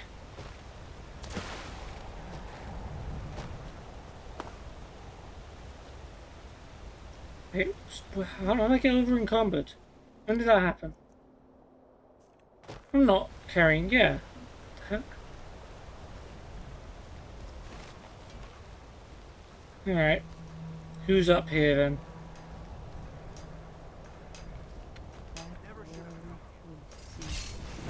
Oh. I guess the Dragonborn cultists are not too pleased at what we've been doing.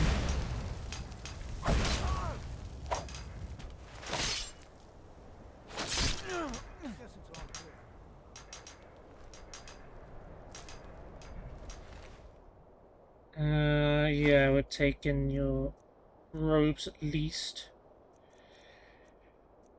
Can we leave behind? Oh, we'll can use a potion, I suppose. Here in his shrine. That they have forgotten. Here do we toil. That we might remember. Huh? What was that? Huh? Are the sounds just on delay? We reclaim What by day was stolen, far from ourselves, he grows ever near to us. Our eyes once were blinded. Now, through him do we see. Now, through them does he speak. And when the world shall listen, and when the world shall see, and when the world remembers, that world will cease to be. Here in his shrine, that they have forgotten.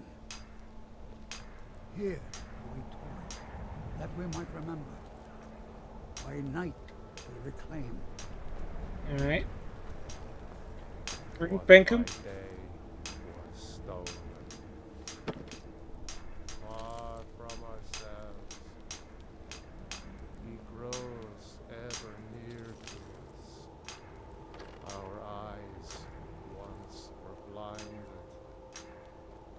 Now through him do we see our hands once were idle. Now through them does he speak. And when the world shall listen, and when the world shall see, and when the world remembers, that world will cease to be. Here in his shrine, that they have forgotten, here do we toil, that we might remember. By night we reclaim what by day was stolen. Far from ourselves, he grows ever near to us. How far? Our eyes once were blinded. Now through him do we see. Our hands once were idle. Now through them does he speak.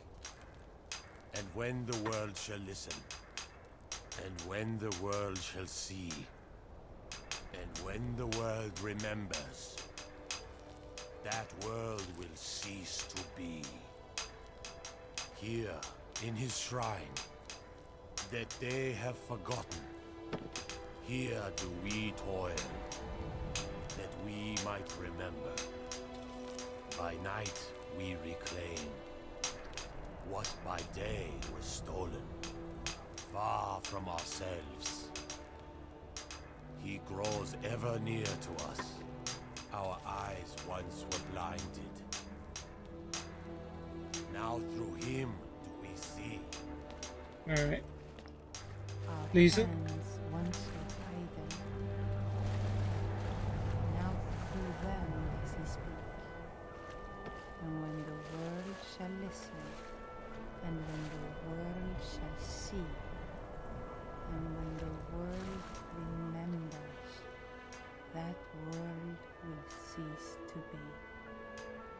Here in his shrine, that they have forgotten, here do we toil, that we might remember. By night we reclaim what by day was stolen, far from ourselves. He grows ever near to us. Our eyes once were blinded. Now through him do we see. Our hands once were idle. Now through them does he speak. Alright, well that's probably the last time we have to hear that.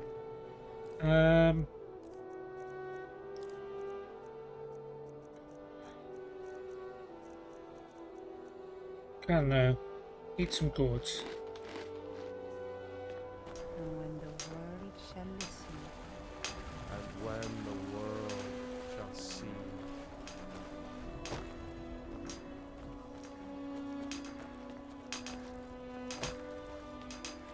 and when the world Alright, enough of this, guys. that world Ooh. That was a close call. We almost burned some innocent guy to death. His Yeah, let's go back to Bend Wheel, eh? bride. that they have forgotten. Now we have to wait.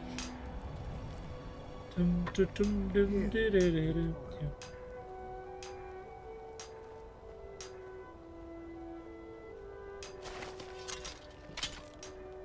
That we might remember. No, forget. Don't remember. Look, I'm gonna help you forget.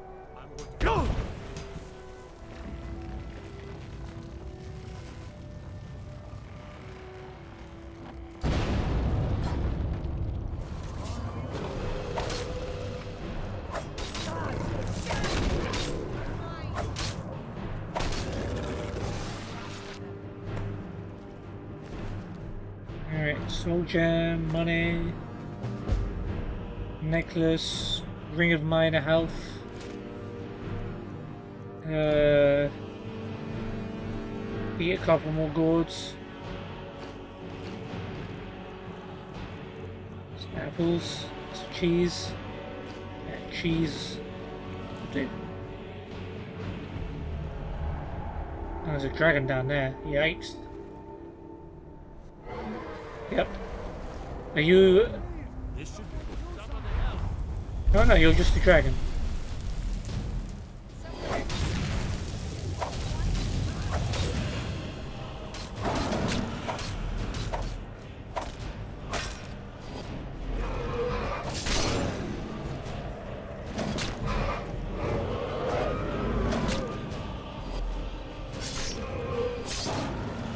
Relax, Ayla. The work here is done.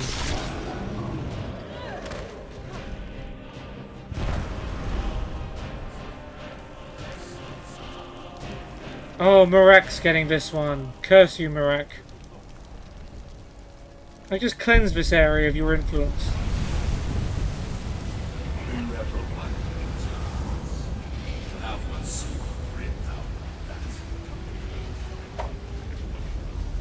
Curse you. One step closer to my return.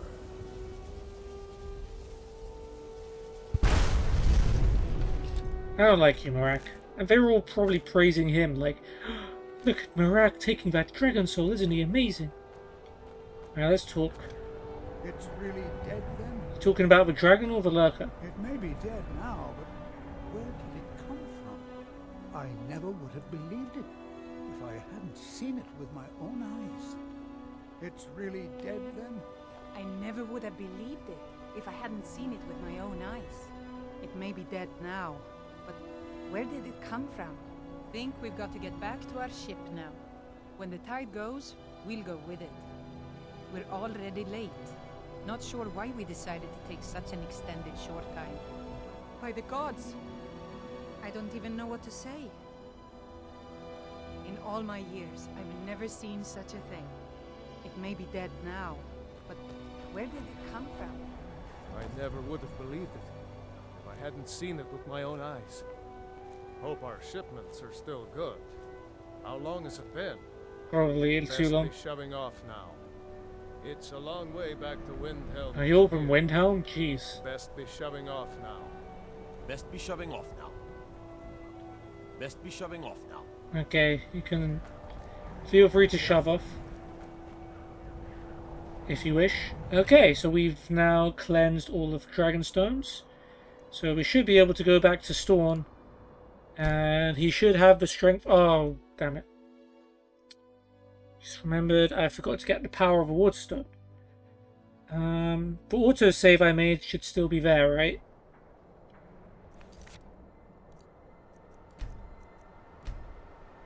Yeah. Yeah. I think.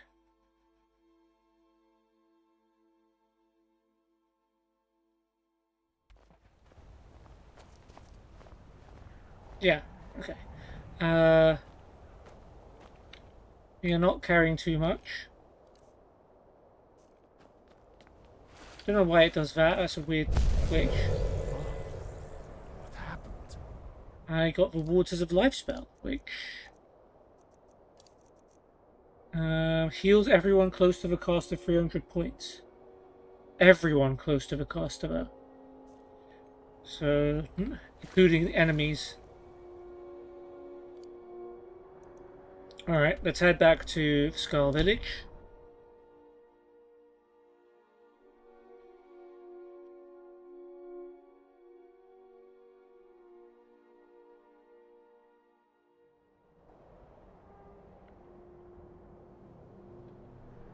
Who's detecting us?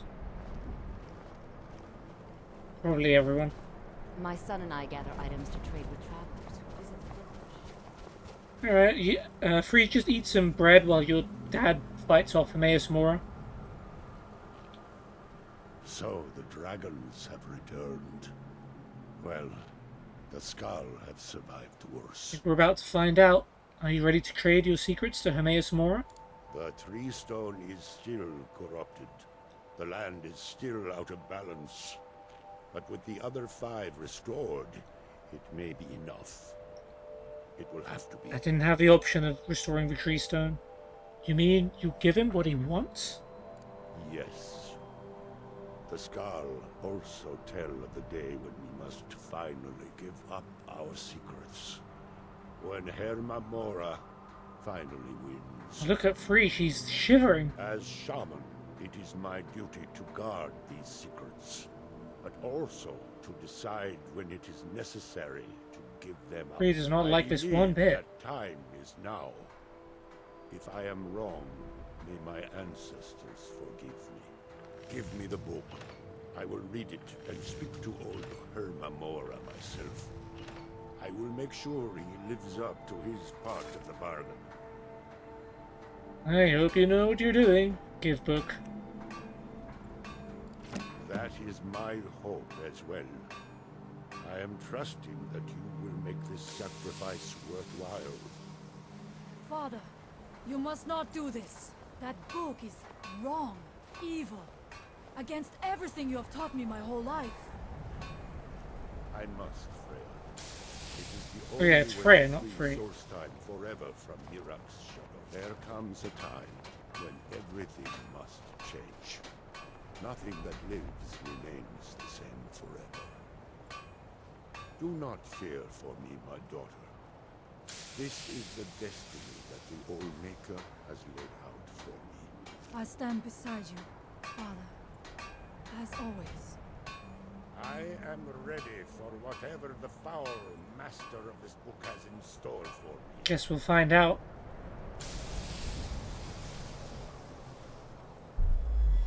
Oh boy. The Skal yield up their secrets to me. Everyone gather around.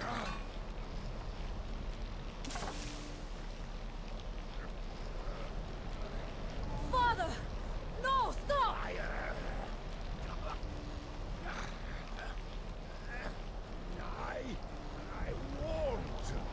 I want nothing for you. Lord, my guy, no. Do something! Dragon. Hey, don't bait me out here. No, guys, it wasn't me. Okay. I keep my promise as befits a prince of oblivion. I give you the word of power that you need to challenge Mirak. You will be either a worthy opponent or his successor, as the tides of fate decree. Okay. Well, guys, Father! how's everyone feeling? Not good.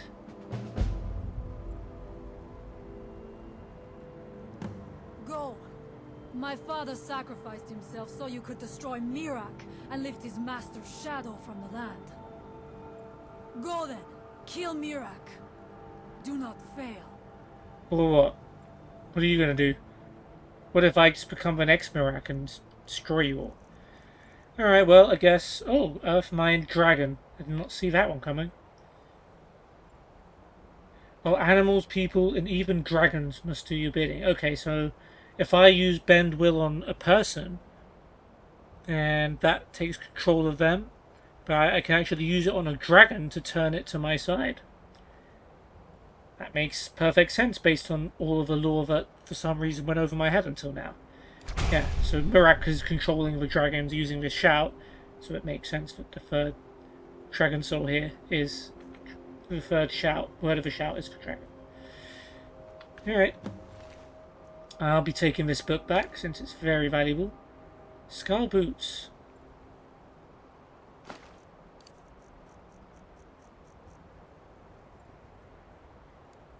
Like we maybe didn't need to take those, but we'll take them anyway.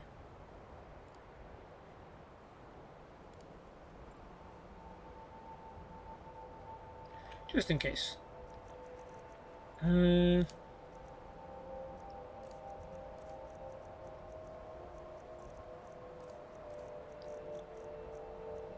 Come on, there's got to be something.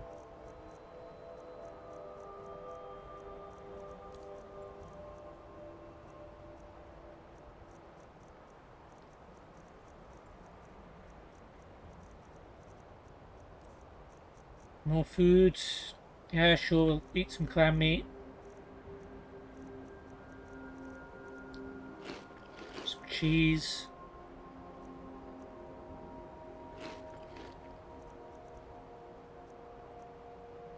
Oh, salmons themselves are quite heavy. I think he knew what would happen. He saw his death in that book. I do not blame you. I know he chose this. I just wish he had seen another way. Do not let his death be for nothing. Go and stop Mirac. Leave me to mourn my father. I have no more words for you now. That's a lie. Leave me to mourn my father. I have no more words. Freya will for guide you. us well, thanks to you. Freya will grieve, but she will prove a good shaman. Stone taught her well. He knew she was ready to guide us in his place.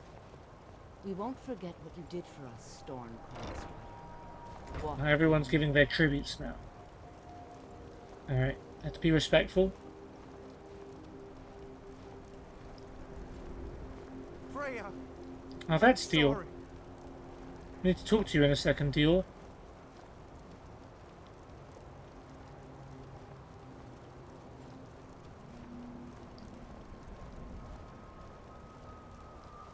It can't be.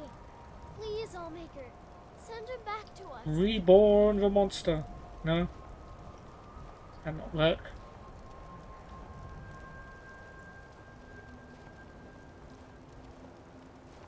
May the Allmaker guide your soul to the next life. Thank you, Finna.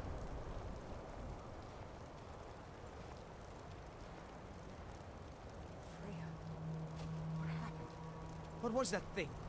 I thought the village was safe now. Great tribute, Nicholas.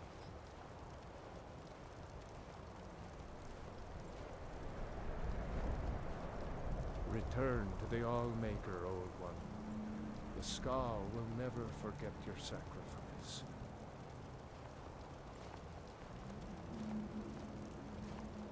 I don't really understand what you did, but I trust you did it for the good of the village, so thank you.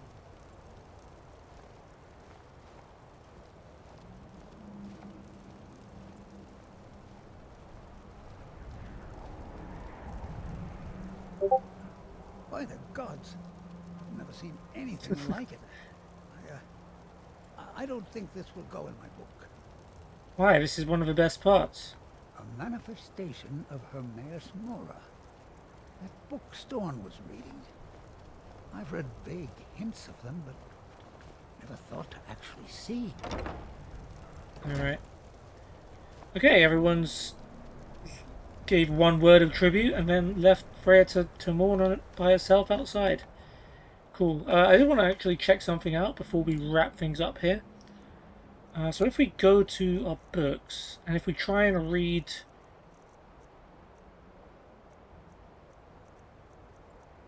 We did pick it back up, right? Yeah, Black Book. Epistolary Acumen.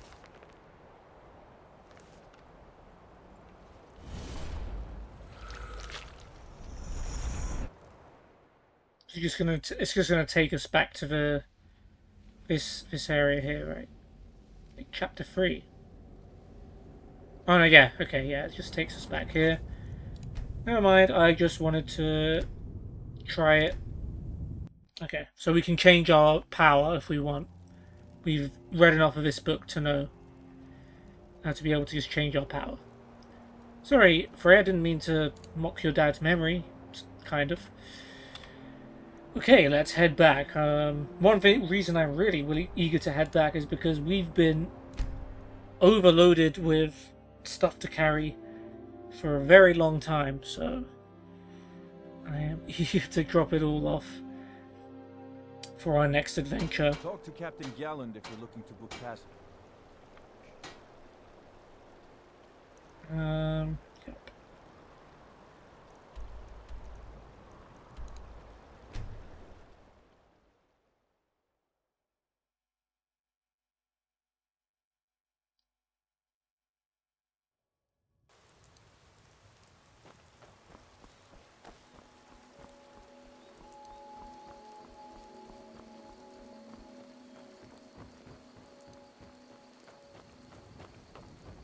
my favorite drinking buddy.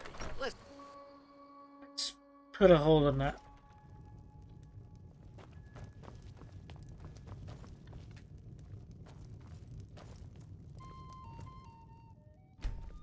Just remember, we have an alchemy thing now.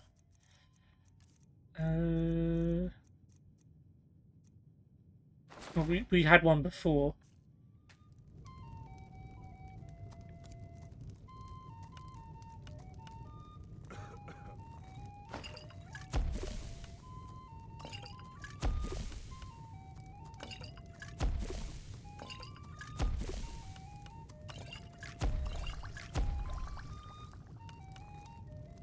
Nice rave teeth.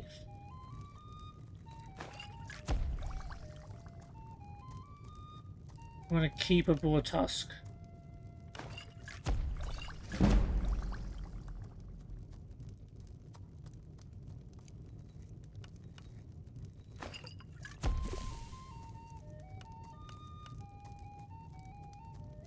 We can only use 3.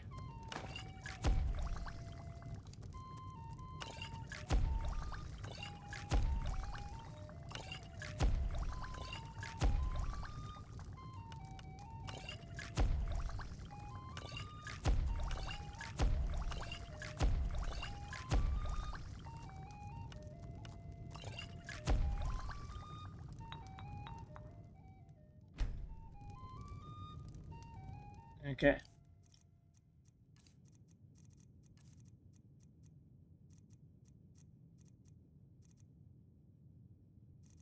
Is it Elven Helmet of Magicka that I've been wearing? I swear I had... No, I've been wearing yeah. Oh, this is the... This was also giving me 20%. I'm so silly.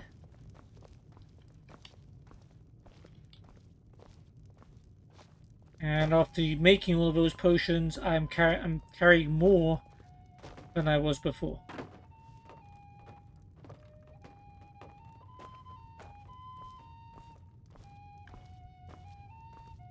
Come to me, Ada, and give me all of the stuff you were carrying. What do you need to take?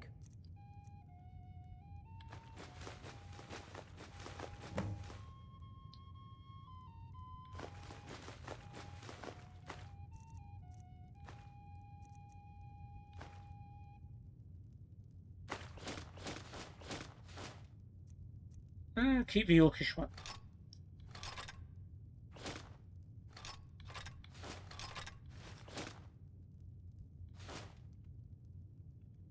Let's go. Yeah, let me just dump all of this stuff.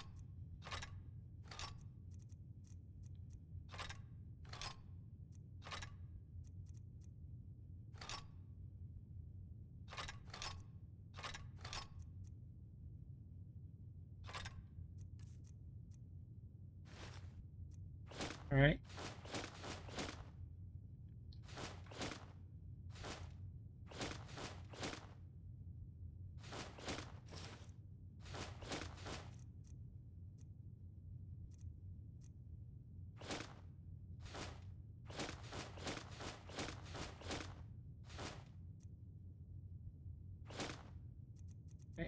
Yeah, we got stamina there, more important.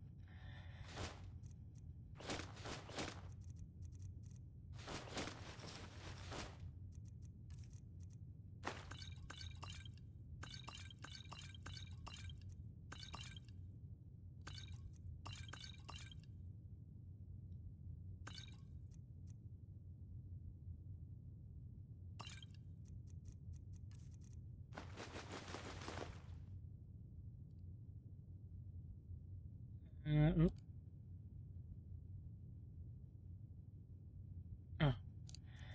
I was wondering why my game might have been frozen there. Or me, it was unique. Anything else?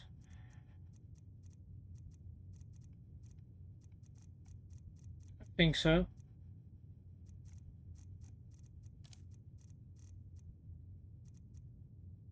Boar tusk.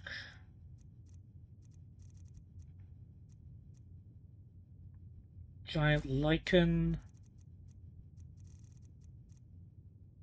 Neck jelly.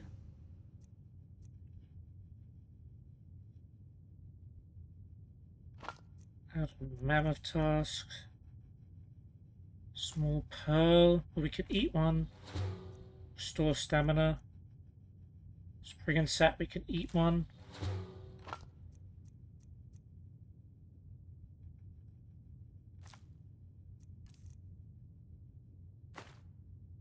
Oh, we can never drop these books. Okay. So no.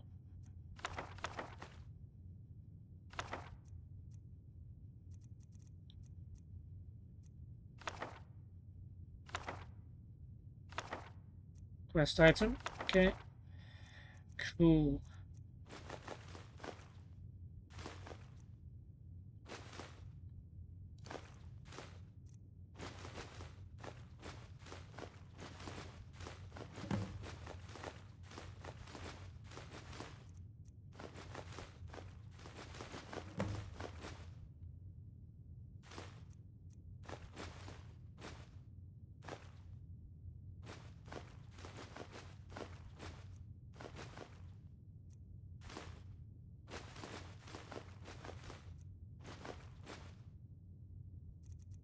Okay.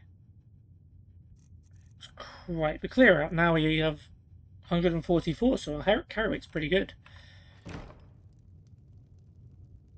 Don't look at me like that, Ayla. Yeah, there we go. That is another quest completed.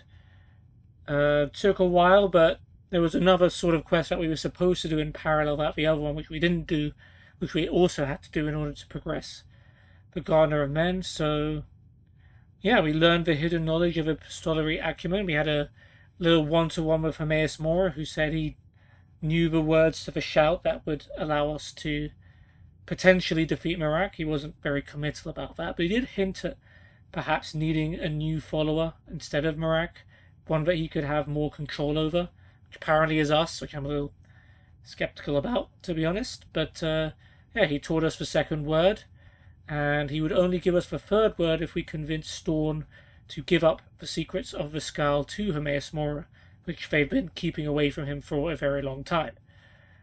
Before we could do that, Storn would have us cleanse all of the various stones. Make sure, of course, Mirac had been corrupting. We'd already done the wind stone. But there was also beast, sun, earth, water. Beast, sun, earth, water. Was that it? 5 stones? Maybe I'm missing one. I mean, we couldn't do the tree stone because that, I think, is coming up next. But yeah, we had to do all of that. So we cleansed all of those, killed all the lurkers, freed all the people. Then we were attacked by dragons twice, second of which Mirac stole from us. We also had a scripted dragon, I can't remember what it was called, but it was specifically sent by Mirac to kill us as we left in Kardak. What else happened? Yeah, then we went back to Skull. We told Storm that we cleansed all the stones, gave him the book. Hermaeus Mora got his tentacles inside him and killed him. And yeah, now, but he did stick to his word and gave us the third word of the Bend Will Shout, so we should be able to take Mirac on. And that is what we will be doing in the next episode. The Dragonborn DLC will come to a thrilling conclusion as we will take Mirac on one-to-one in the quest at the summit of Apocrypha. But yeah, Gardener of Men. With Nilof's help, I gained access to the Black Book in Kardak. I read it and was transported to Hermaeus Mora's realm of Apocrypha, where I found the book's counterpart. Hermaeus Mora himself appeared and taught me the second word of Bend Will. He promised to teach me the third word, but only if in return for the secrets of the Skull. The Skull shaman Storn agreed to give Hermaeus Mora what he wanted. When Storn read the book, Hermaeus Mora killed him while teaching me the promised word of power. There we go. Next time, we'll be facing Mirac. But until then, I hope you guys have enjoyed this episode, and I hope to see you again very soon. Take care, and goodbye.